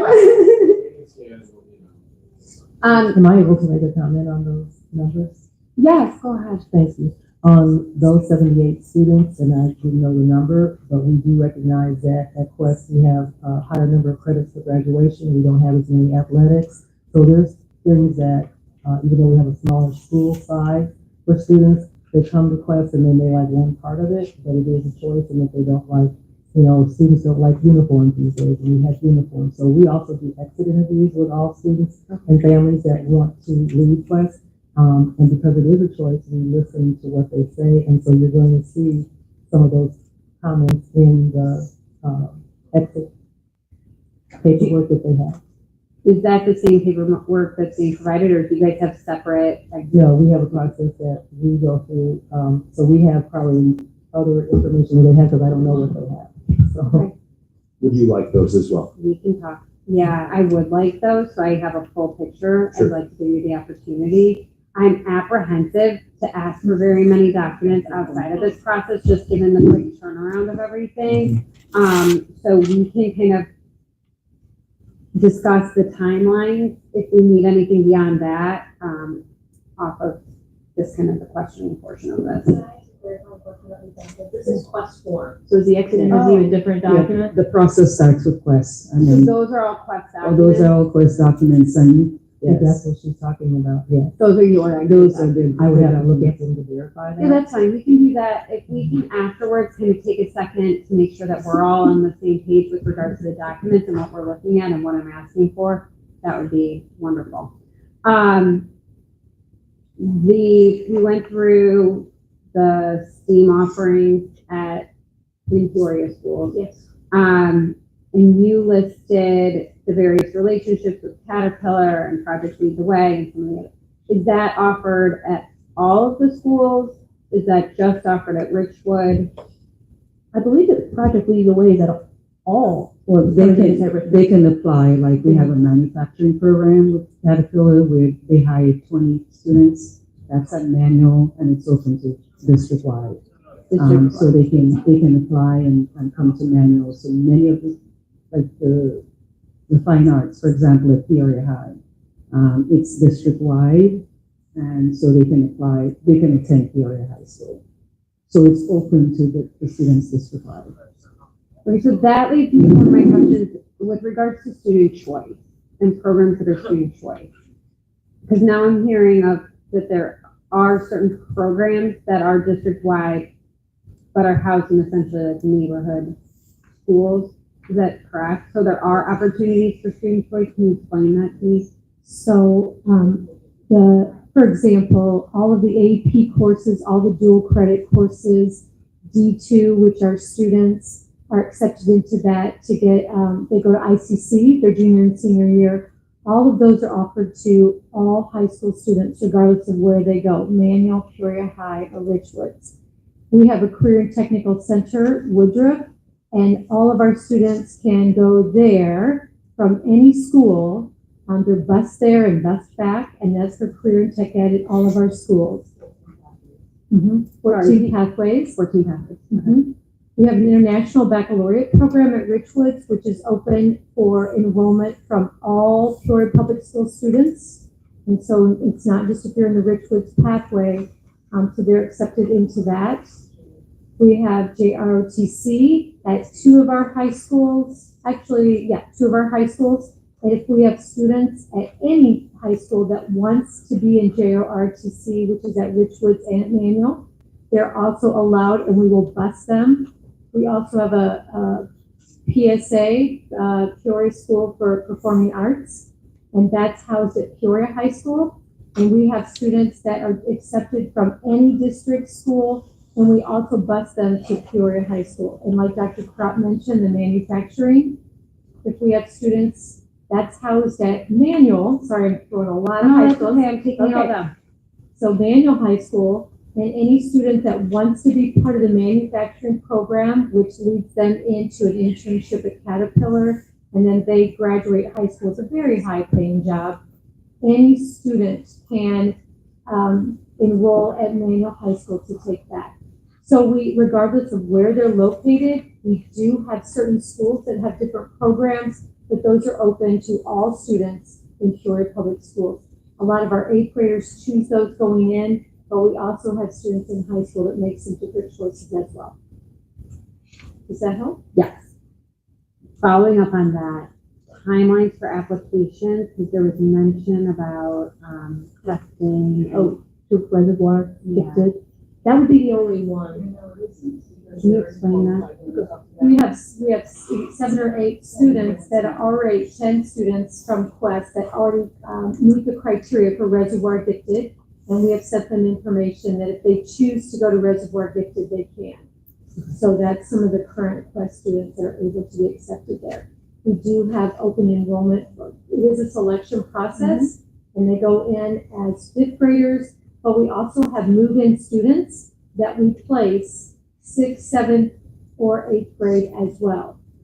So just because you move into the community and you didn't start as a 5th grader, if you meet the criteria, we are able to accept you into that as well. So outside of the 10 students that you've already identified, if there were another student who qualified for the program, they'd not miss any deadlines to enroll. Correct, because they weren't able to meet the deadline, so absolutely.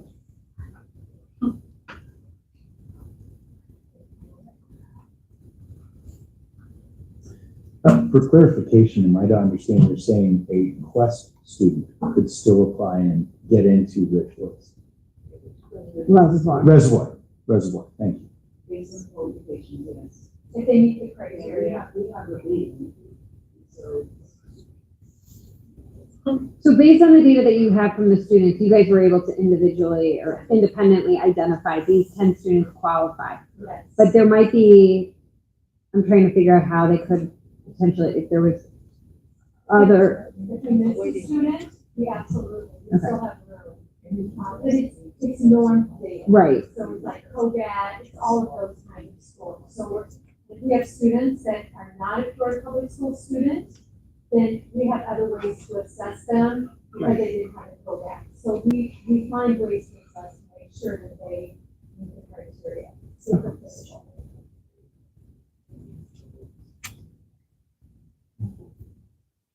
just for clarification, the bus situation has been rectified, though you guys have transportation running outside of Very much so. Dan. Okay. And I wanted to clarify, I'm sorry. Yeah, go ahead. No, I I appreciate still all want the to keep information. clarifying, I don't know where the same parents were driving, Yeah. because we had to make sure that when we had the vans, that those vans were still, being driven by, drivers that could drive buses. The company that we were using or had to go to, because the other company, First Student closed, we had to put out bids and get another contract and do everything right at the beginning of the school year. They chose not to open. So in order to make sure our students could get to school, we paid for vans, and those vans, it said that you could do it on a temporary basis, and it was a temporary basis with licensed drivers. So these were still drivers that could have driven buses had the company that we offered our bid had buses. They didn't have enough buses, so we had our own drivers, and so that's why we ended up with vans. My understanding is the temporary situation lasted about a month and a half before it was fully resolved. And I'd like to double back on the piece with the offerings as well. I'm just making sure that my understanding is clear. If a student wants particular programming, they still have to go to a school that didn't have the same percentage performance as Quest. And so if they want those particular programs in the arts, as being mentioned, they would still have to go to a high school that didn't have as high performing as Quest. So they're getting one program trading it for the academic performance that is not at the same standard. No, I appreciate that. Not necessarily, because Woodruff, you want to talk about Woodruff? Yeah, we're talking about, Woodruff has, if we're talking about fine arts and academics, and I've included Woodruff's course offerings as exhibit 17 to the materials that were provided in response to the appeal. But it's not an if this then that. You have to go to Richwoods and you can't access some of the district's fine arts. That would be, there is the performing arts program that is at PHS, but that would be a decision that would be that is an option that is available to the students if they wanted to take advantage of that particular program.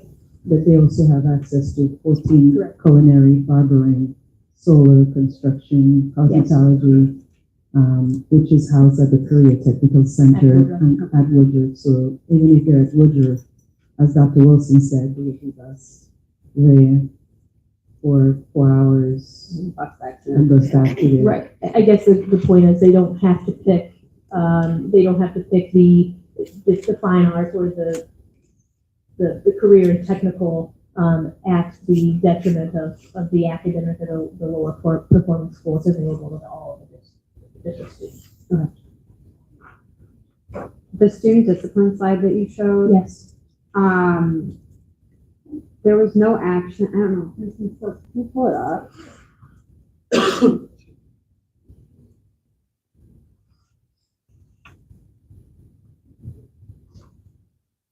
So in 2021, there were 138. Can somebody explain why it jumped to 4,000 and then it looks like it right-sized itself back to whatever 160 was?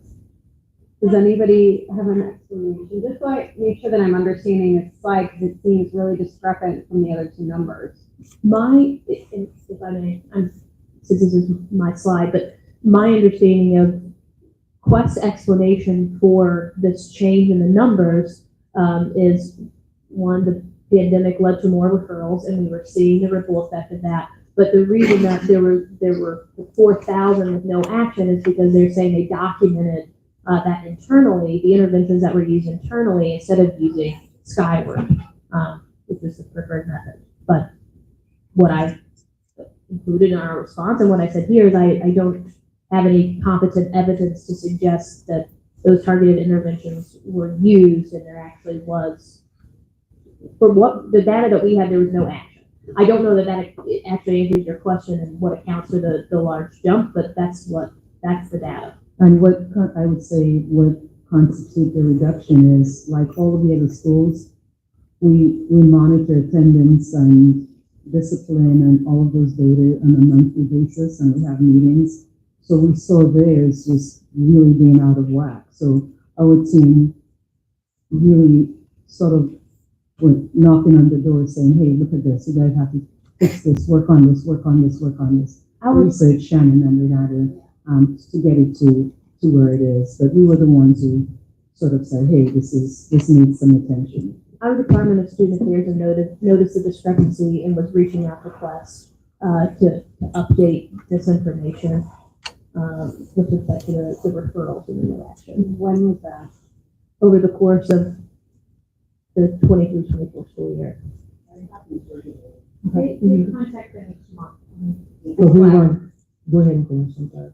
Yeah, So what I was going to say was, for us, we do two methods. We do Skyward, which is the preferred method, right? It's supposed to be in Skyward. We had a new administrator, and when we say that we get contacted monthly, we were not getting contacted monthly at the time. And so what actually happened was we have, each student has their own data sheet, and we have, because of Senate Bill 100, we have incremental sheets that they use when a child comes in, and that child's information gets documented right on the sheet. And so they were only documenting it on that student sheet and not putting that then into Skyward. So we do two forms of methods so that even though you can just show the parent in Skyward, we actually document that and show them where the child is. And the child signs off, the parent signs off on a hard copy and not just into Skyward.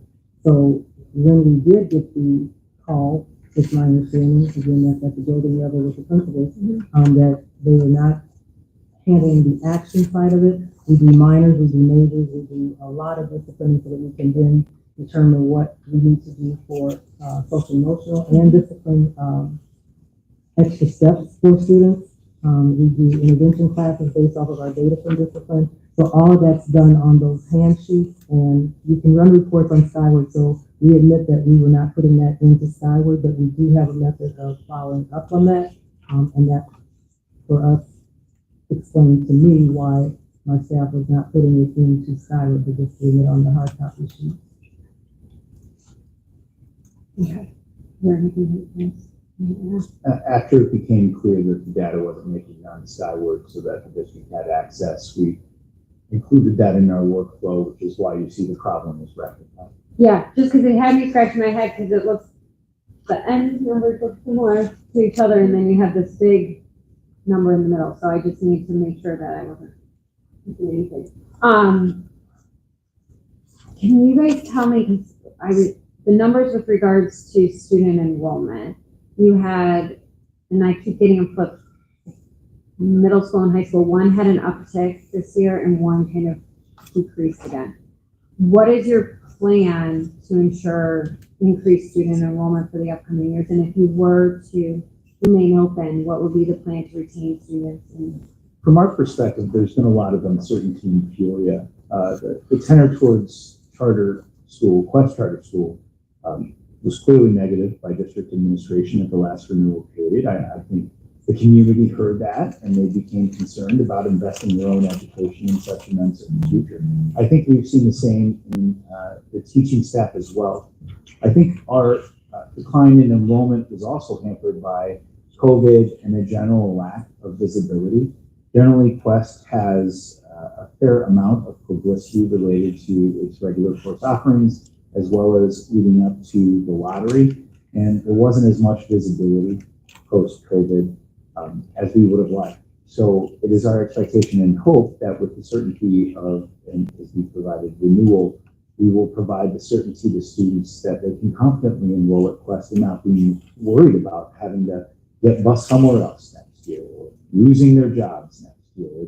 It's very difficult for our staff and students to have such uncertainty, and yet they persevere. And we're sure when others see that success, we'll see it increase. Dr. Jenkins? Yes, I'd like to add that the middle school has seen the uptick, as you mentioned. We had 4 sections of 5th grade. We could have had 5. We didn't do that 5th one, due just to balancing out the number of That was teachers. 5th grade, you That have was 4 fifth grade. sections of 5th We grade. have 4 sections of 5th grade. So the middle school is seeing the increase. The high school side is where we saw the decrease, and mostly, again, I attribute that to the athletic rigor that we have.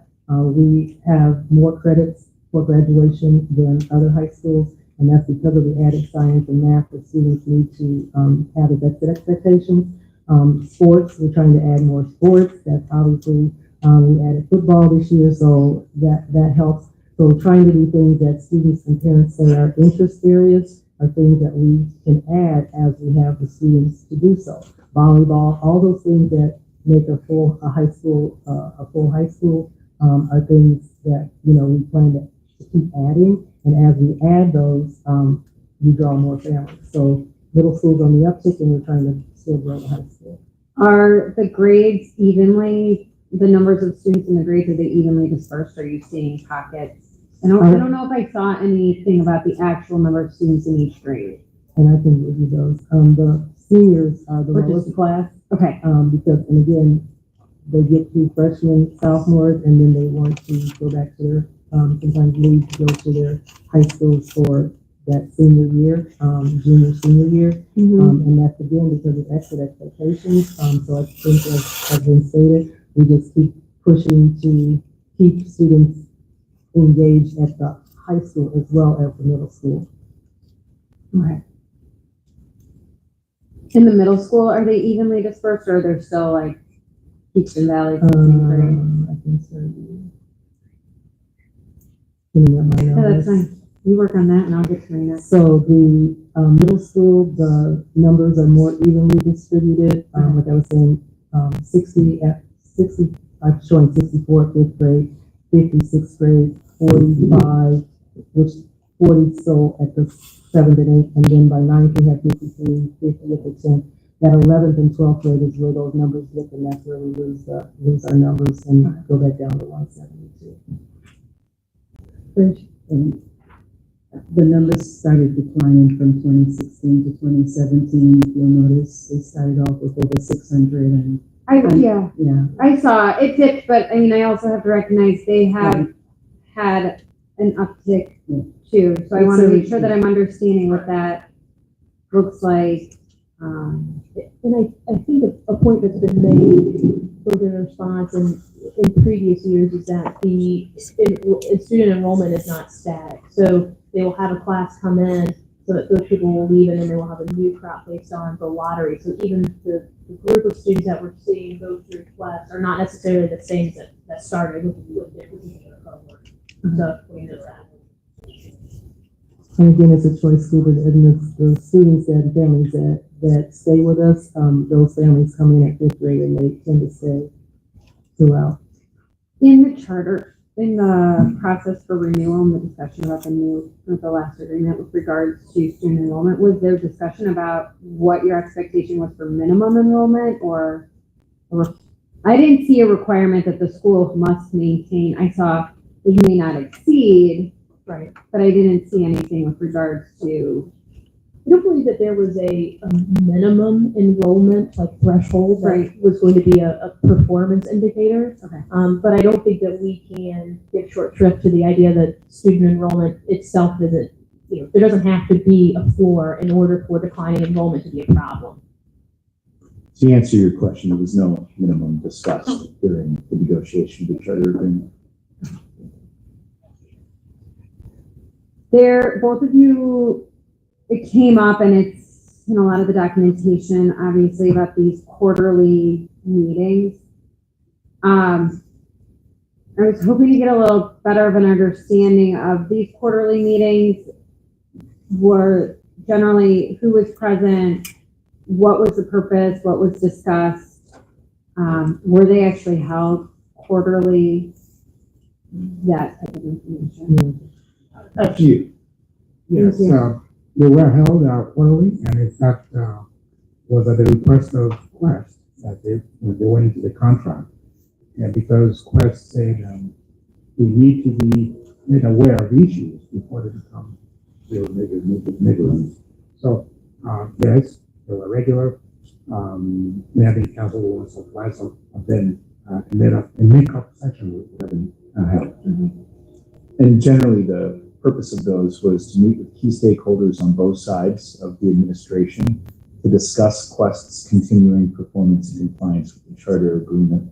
It was an opportunity to ensure, leading up to the 2019 chartering agreement, we were inundated with FOIA requests upon information requests, and had to prepare like 3 or 4 4-inch binders worth of documentation rather than actually preparing for the new chartering process. So our hope was, rather than waiting until the end of the process, let's address any concerns as they come up. It's better for the student, it's better for the school. So each quarterly meeting, Dr. Jenkins would give a summary of our performance as required by the agreement, be available to ask and answer any questions. At those times, there would be curiosities, rumors that have been heard from parents, or other things going on that the district wanted to check in on, and vice versa with Quest of the district. And that was the purpose: transparency and cooperation. Is there anything else? Yeah, just to say that I'm not sure about the FOIA requests that you're talking about, but It was one of the motivators behind our request for the meeting. It wasn't meant to be a negative, but the district understandably had questions about the information we had to provide during the last contract. We sought to avoid the need for that waiting until the end of the relationship to pile everything into one batch, and instead thought it would be better to provide the information as it occurs and address things as they come up. That was the impetus I was trying to. The district was FOIAing you guys for information, or outside sources were FOIAing you all? The district was requesting the information at the time. Via FOIA, not via It FOIA. was So just it's an information request. I apologize. I Okay. misspoke. Yeah, Sorry. this is, I mean, the meetings were quarterly. I'm going on my 19th superintendent, and they have been very, very amicable. Actually, a board member, I'm not even part of it. Dr. Ike, who's the associate superintendent of HR, they have agendas. A board member attends. The President Ross and Quest's side attends as well. Dr. Wilson, Dr. Jenkins, and the attorney, and they do their thing, and it's pretty okay. Okay, not the last ones, but Dr. Ike, and so they were very, very amicable. I would get reports on them, and you guys had agendas, right? It was agenda driven. And you were discussing the requirements set out in the charter and their meeting. Updates, how are they doing, and they were never a problem. I've never heard about an opportunity for FOIA, but, you know, that's an example of misinformation and going deep and verifying what's being said. So during these meetings, and I'm to presume that we were talking about teacher certification, and you guys were sharing your numbers of certified teachers, correct? Yes. And this is where I got a little lost, because it appears from what you guys are saying, you've always captured the principal and the administrators in your reporting out of the certified staff. Is that correct? Yes.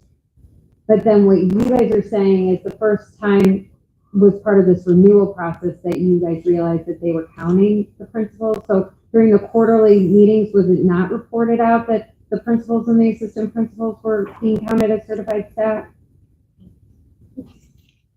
So the certified staffing was always an issue. Right. It's been an issue from the last, Yeah. right, it's been an issue from the last, and, you know, the data that was in this more recent, Quest provides the information, I believe. Personnel report. Quarterly, yeah. So we got one in October, and we wouldn't receive another one until May. But it was at that point, in looking at this, that we realized that they were including those instructional positions in that Now, our counts previously have always been our formula, which does not include instructional staff. And I believe that there's probably always been a discrepancy in those numbers, but again, Quest didn't present an issue with the way that we capture the certified staffing numbers from 2017-18 on. And we always believed that they were under that certified threshold. And we've always been using the definition where principals are not included, where administrators are not included in a definition of instructional positions. You can go into the system. We went into the system like, that's okay.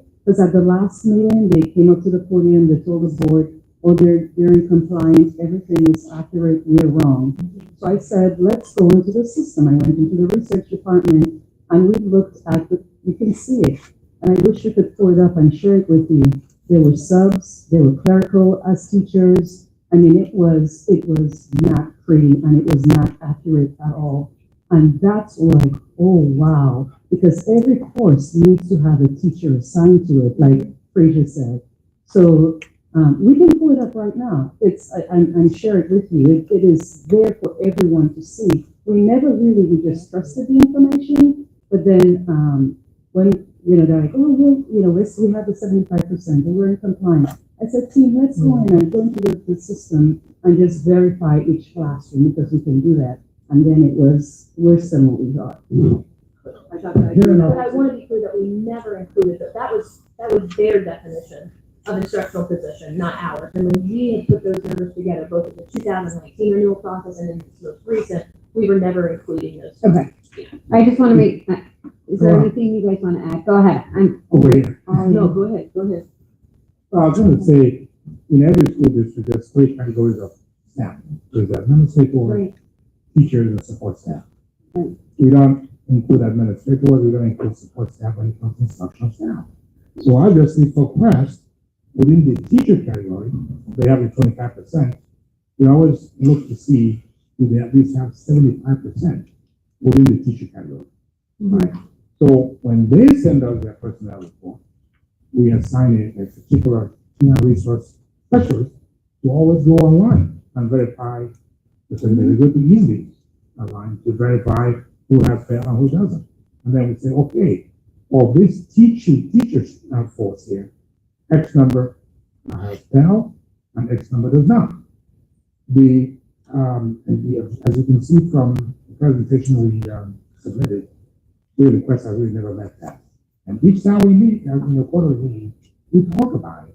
And they talk about efforts they're making to meet that requirement. And we say, okay, keep working on it. Everything. So the grid that's in the performance report shows that they have really never met that in the last 2 terms at the certified level.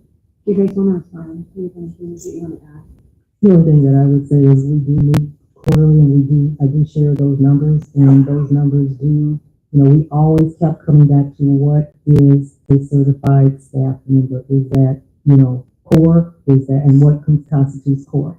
So every time we ask what does that constitute, are we talking about English, math, science, and social studies? Are we talking about English, math, science, and social studies and music and art?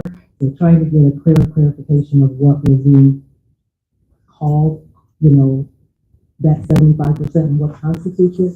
And so if there's an error, then I'm going to own it in the sense of we do have this last quarter, we don't have a lot of subs, and so my administrators have to go into classrooms and teach. And so when you say they're not the teacher of record, that is correct. They are not the teacher of record, but because they are going into classrooms and teaching, I said, make sure that you show that you too are certified. So it was not an attempt to,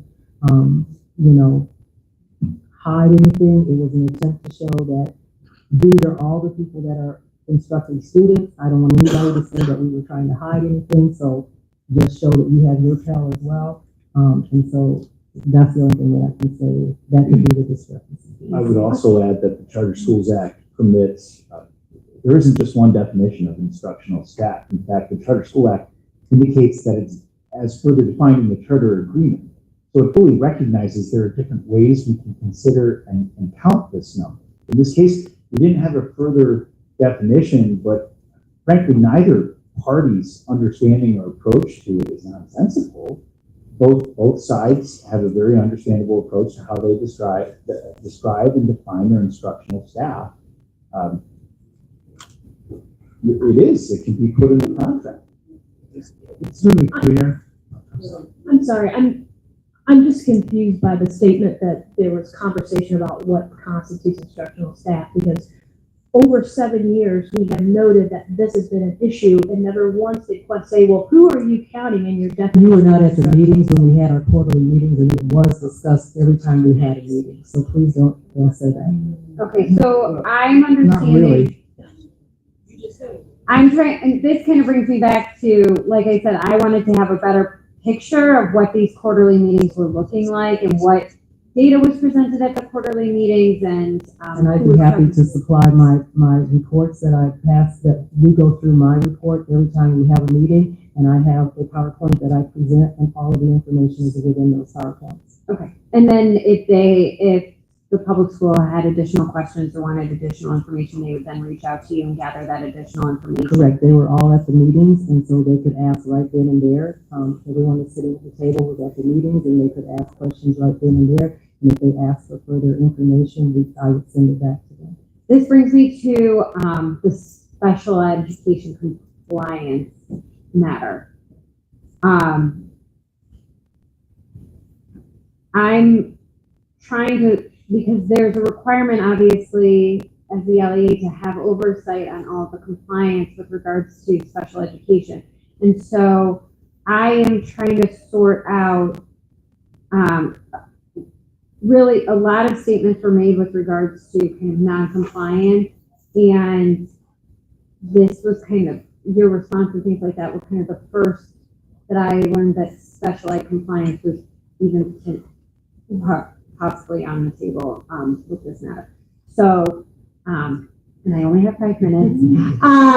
And so I'm just trying to understand the oversight and how that all happens, because yes, compliance, right, they have responsibility also, but there is a responsibility of the district. So I wasn't fully understanding how this kind of slipped under the rug if there's major non-compliance matters and we're meeting quarterly.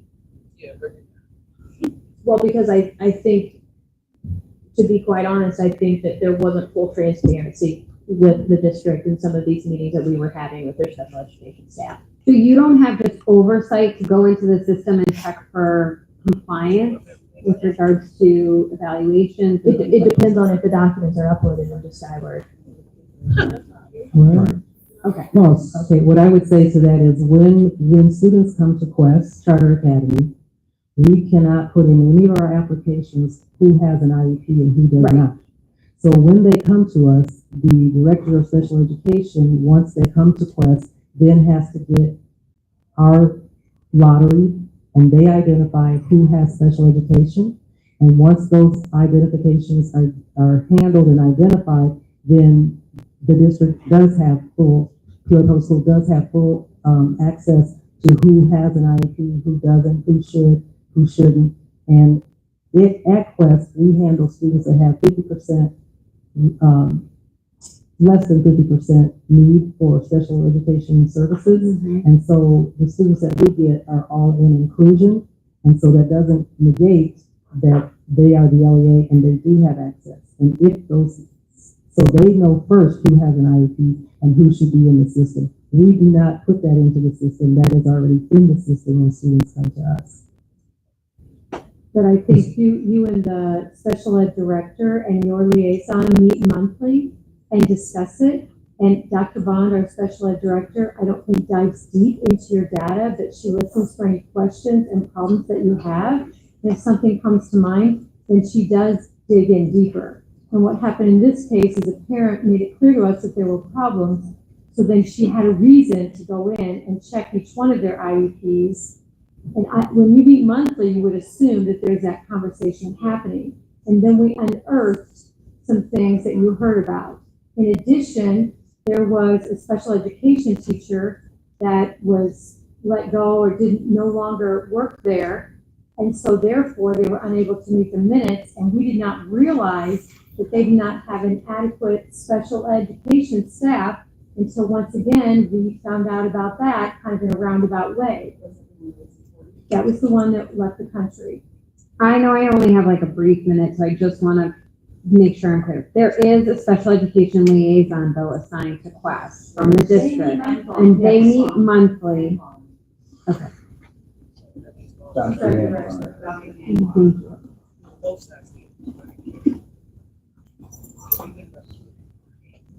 And in a little bit of time, once that was brought to our attention, that person, because they're saying that we knew about that, but once it came to my attention, that the student that they're referring to that needed that full evaluation, that was a child find, which means that that child did not have an IEP prior. Once that came to my radar, then from Dr. Bond, then we did make sure we put the plan forth to make sure they get that full eval.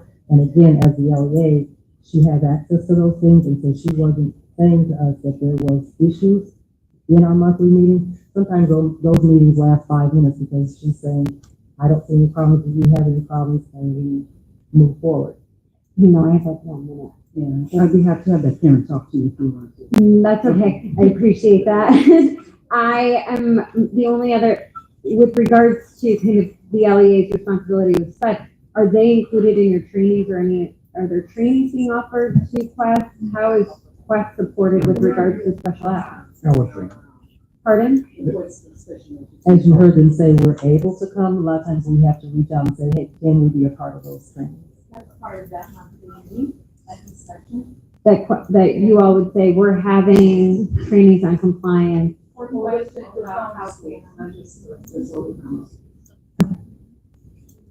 there anything you guys want to report back or respond to that? I think I hit my time limit.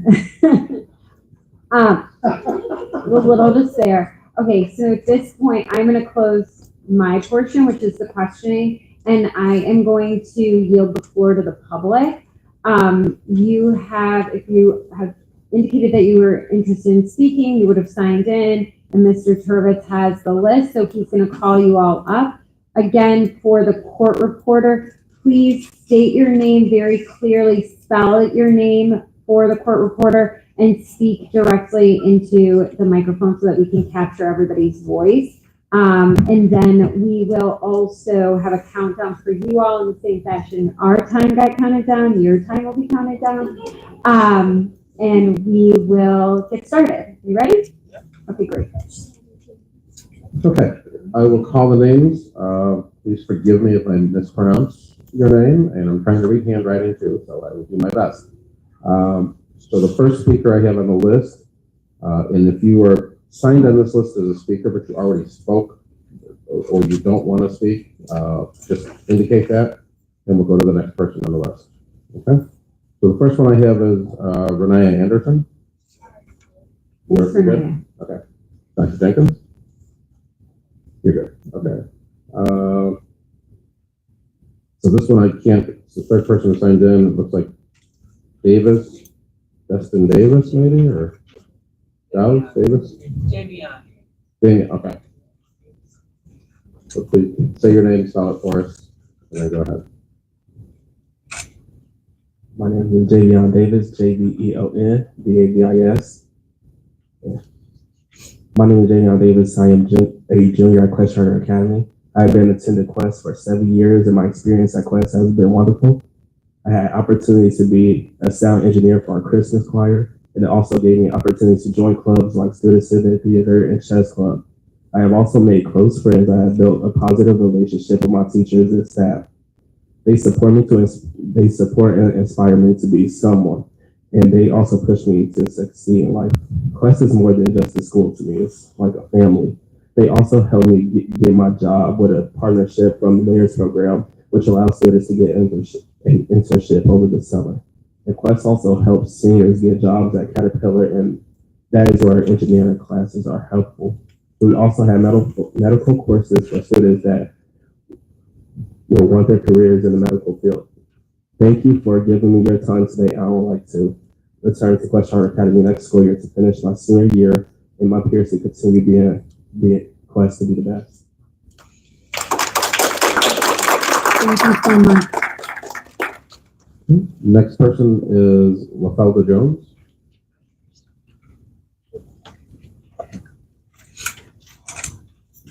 L.A. Efferson Frank, E.L.D.A. Jones. Hello, board members. Good afternoon. I am LaFelda Jones, librarian, cheer coach, in-house sub, and I assume extracurricular duties such as empower her and assist with STEAM-focused activities. Every child who enters Quest comes to us as a fifth grade student and leaves graduating as a well-rounded scholar who knows how to follow the rules, live up to expectations, achieve their goals, and perform up to standards.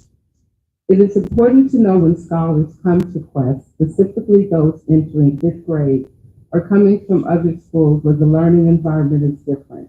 The culture may not have been as structured and desired benchmarks have not been met. Our scholars quickly learn we expect their best. When scholars come to us, we identify their academic weaknesses and strengths, develop plans for academic excellence. The level of commitment of each educator to each child is staying after school, giving up lunch and prep to work with that scholar to ensure they are performing at their best. This is what we do daily. Collectively, as educators, we demonstrate we have the ability to reach the students' best as we are preparing them for their next academic journey. Parents who have chosen Quest know whatever the reason their student may not have had a positive experience at their prior school, at Quest we will successfully address those areas of concern. Our small class sizes, individual student attention, the structure within our building, access to technology, and our focus on STEAM programs like robotics and science clubs are all components that lead to a successful student. When a scholar has questions about subject matters, Quest educators use various strategies and instructional techniques to challenge that student to think critically. When the possibility of Quest closing, I have spoken with many parents and scholars who simply don't understand why the school they have chosen for their scholar, a school parents know their students are succeeding in, is potentially closing. This is not what parents, scholars, or the community is supporting. They want Quest Middle School to remain open doing the work Quest Charter Academy is so proud doing. We diligently serve our families and look forward to continuing. I am hopeful this board will see the nuance in the numbers and the meaning behind the metrics. Thank you for your time and consideration.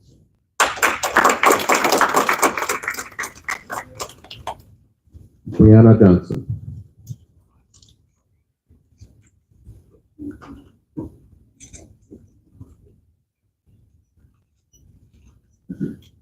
Good afternoon, everyone. That's going to be BRYANNA, last name Johnson, JOHNSON. Hello, my name is Brianna Johnson, and I am a teacher at Quest Charter Academy. I was born and raised in Chicago, Illinois, which is only pertinent because I'm not from Peoria, which means that a lot of the things that happen in Peoria were a little bit foreign to me, especially the way that the schools work here, because I was able to apply to a school that was all the way on the other side of town from the school that I actually was supposed to go to. I went to Curie High School. I auditioned to get in. So super cool, right? Anyway, I was extremely shocked by the lack of choice here in Peoria when I first got here, which is why Quest was so important to me, because it was an opportunity for something different. That was just an aside. When I first came to Peoria, I came here to attend Bradley University. When I graduated with my psychology and English degree, I didn't know what I was going to do. I applied multiple times to the local district school and was denied entry for a job, even though it was my passion to work with children. So finally, when I applied to Quest, I was given an opportunity. They did tell me, however, that I thought I was going to go right into the classroom. And they were like, well, you don't have any certification, so that's not going to work. So they didn't, so let's work with you to get your substitutes license, so then we can get you to work with the students and be embedded in the school, and then let's work with you to get your certification. I was the teacher that they spoke about during the presentation, who tirelessly just finished their master's with distinction, might I add, and just finished all of the work for my certification and was waiting to receive that in the mail. Because of Quest, they not only paid for the bulk of my tuition, they gave me in help with support that teachers were surrounding me that were veteran teachers that were there to support me and not only guide me through the process, but also give me some best practices along the way and expose me to things I may never have been exposed to.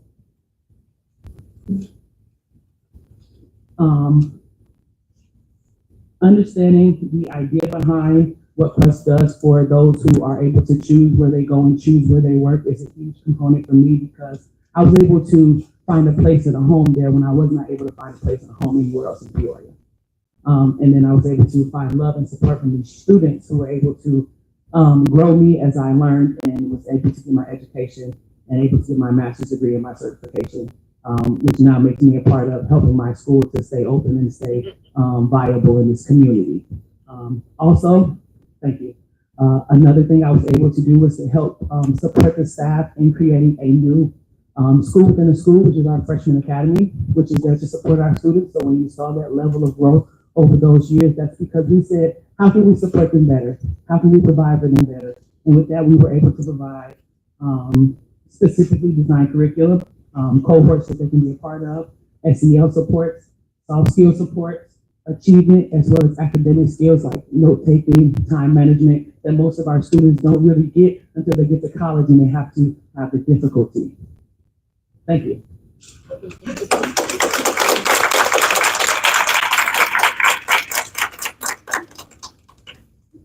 I have another name, Lesson Davis, the second person.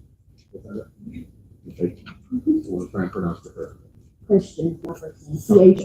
CHRISTIN, last name Davis, DAVIS.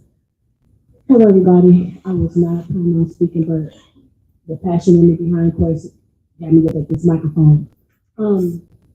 Yes, I had a little, but I'm not even going to go there. I'm just going to speak directly as I have family that's Bishop 150 students, and I have Quest family as well, students, and I'm just here because I know the importance of Quest. I see the change in my nieces and nephews that attend Quest Charter Academy School, and then I have nieces that's calling me at 1 o'clock in the PM from at least 4 Bishop 150 school, calling me what they should be learning. So I'm like, okay, well, you guys, you know, I see the growth from what Quest has provided.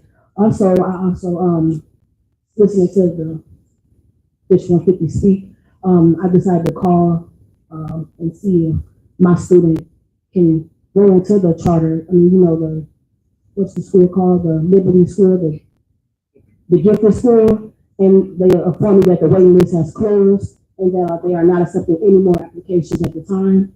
Also, because it's kind of, you know, I'm standing on code conduct. I want to, if you said, I'm going to hold you to that. Also, when they also said that us parents were notified or we were informed of things that's happening or our child is going to be accepted in, however they spoke it.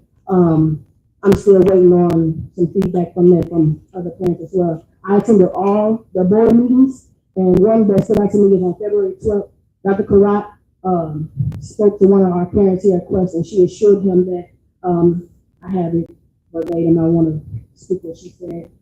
She stated that, give me a second, Dr. Karat on February 12th at the board meeting, she told one of our parents, let's talk. Let's get a plan together for your little. So when she said that to that student, I'm trying to see if my child or my future niece and nephew, are we entitled to that one-on-one interaction as well that Quest provided, that I know Quest is providing. I want to know if Bishop 150, since there, so, you know, I don't want to speak, I'm going to speak with just, since Bishop 150 is planning on the closure of Quest, I want to know that one-on-one is going to be provided to my child as well. And also that, you know, my child will function. Thank you. Also, I'm really entwined in my community. I know people that works for Bishop 150 that has a sub license, and they're still subbing in the same classroom for far over a month. And I heard that was a credential violation as far as request, and I wasn't sure why Bishop 150 didn't provide information or brought it to the public knowledge. And I have those messages as well. But just, yes, a lot of things are being thrown on the road, at least requests I can see that we can I heard Dr. Jenkins apologize on behalf of the situation that she took fault to, and I feel like that's leading by example. Thank you. Keep Quest alive.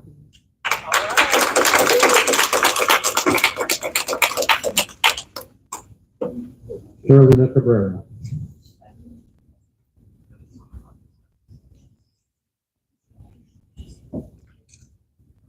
Hello. Carolina, last name Cabrera. Cabrera.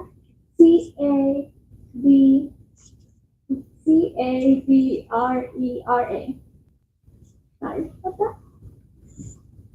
Hello, my name is Carolina Cabrera and I'm a sophomore at First Charter Academy. My junior class began when I was in 5th grade. Every year with great pride, I have been able to notice not only my academic growth, but also the growth of my friends who started this path with me 6 years ago. From day one, all of my teachers helped me develop social and academic skills. When I was in 4th grade, I was having a lot of difficulties with the language since only Spanish was spoken to me at home. However, when I started at Quest, I began to notice big changes in my listening, reading, speaking, and writing, to the point that by the end of 5th grade, I was already mastering English. I must admit that not only it happened to me, but also other friends who came from public schools in the area who faced some difficulties such as bullying for not knowing how to communicate in English. And all of this changed when the families decided to take their children's class. I may take note that there's no such thing as mastering English, but at least thanks to that, I'm able to communicate with all of you right now. I know that even English 1 speakers don't master it. There's no such thing as mastering it, you know? So the transition was rough at first, but teachers worked diligently to make this process smooth and enjoyable. Thanks to the mutual effort of my teachers and me, I can stand in front of you and speak with confidence, questioning many of my insecurities into great strength, and for that I will be eternally grateful. With confidence in place, I decided to join Skills USA since I was in 8th grade. That same year, I participated in my first competition, and guess what? I was able to take gold on my chosen competition.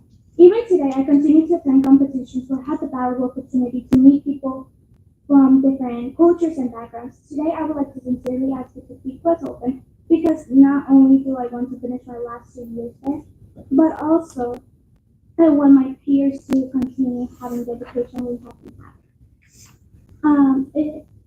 And Quest is not only like our school, it is also a second home and family. Thank you so much. Feel free to visit us anytime. Also, I'd like to show you guys what we do on a daily basis and how me and my peers act. Thank you.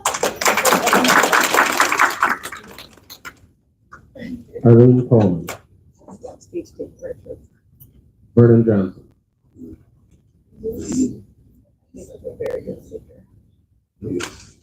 Good afternoon. My name is Vernon, V as in violin, E-R-N-O-N. Last name Johnson, Johnsson. I extend great thanks to you for allowing me to speak to you this afternoon. The teachers at Quest Middle School, certified or not, have given my daughter more than just education. She is also learning skills for teamwork, social skills, leadership, friendship, and nonviolence. My son attended another school to where we received messages on a regular basis, and I asked him one day, "Son, what's going on?" He said, "Nobody likes me." To hear a 9-year-old say that tore me up on the inside. Well, he's homeschooled now. It takes a village to raise a child. We must ask, are we doing what is necessary for our children? I ask that we do what is necessary to keep Quest open, put our resources towards successes, not condemnation of the school. In my 35 years of working in workforce development with DECA and DECIO, I have never seen anyone lose their job for performing well. Next, I want to say the indispensable first step, Ben Stein, the indispensable first step to getting what you want out of life is this: decide what you want. That's what these children have done along with their parents, as they will when it comes time for college. Give them those choices. A house divided, yeah, it's written all over in Springfield, because Abraham Lincoln said it, and it's also stated in the Bible. A house divided cannot stand. We got to come together, both parties, all parties, for the good of these young people here. They are our future. The spiderwebs unite, they can tie up a line. And that's what I'm asking us today. Give the resources to the entities that need it. Give them to Quest, give them to District 150, so that everyone involved can grow as an individual. Spend the resources on everyone becoming better. I don't want to be out of line, but I think the junior and senior level diminishes in Quest because of lack of services, such as i.e. driver's ed. My daughter's going to want that real soon. But I'm saying, let us be an example for these young people that we can work together and get it done. Thank you.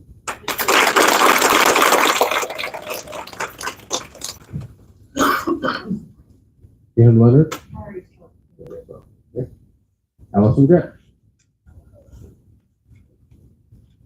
Am I last? Oh, no.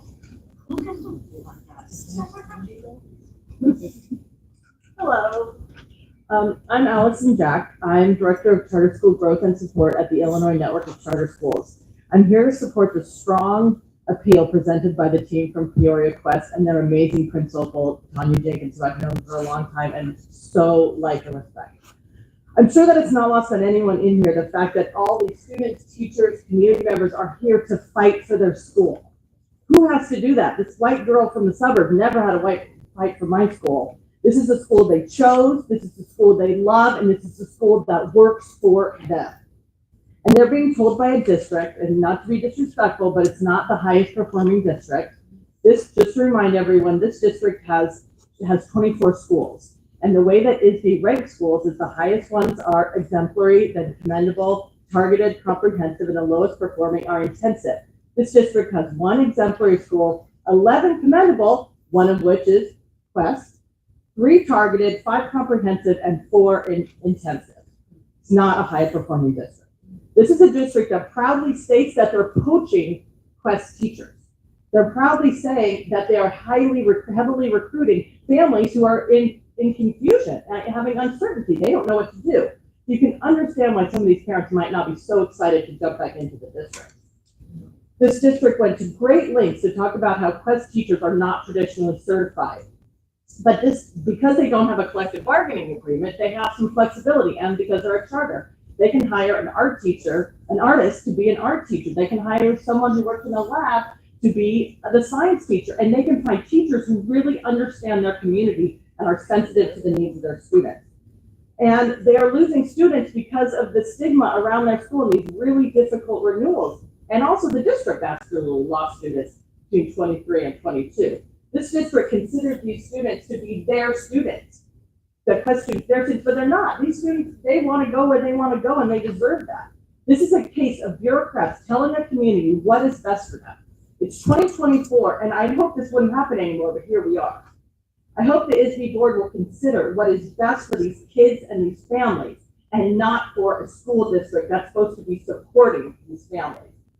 Quest was created to serve a very specific need in this community, and it is doing it. Please do not take away this school from this community that loves it and needs it.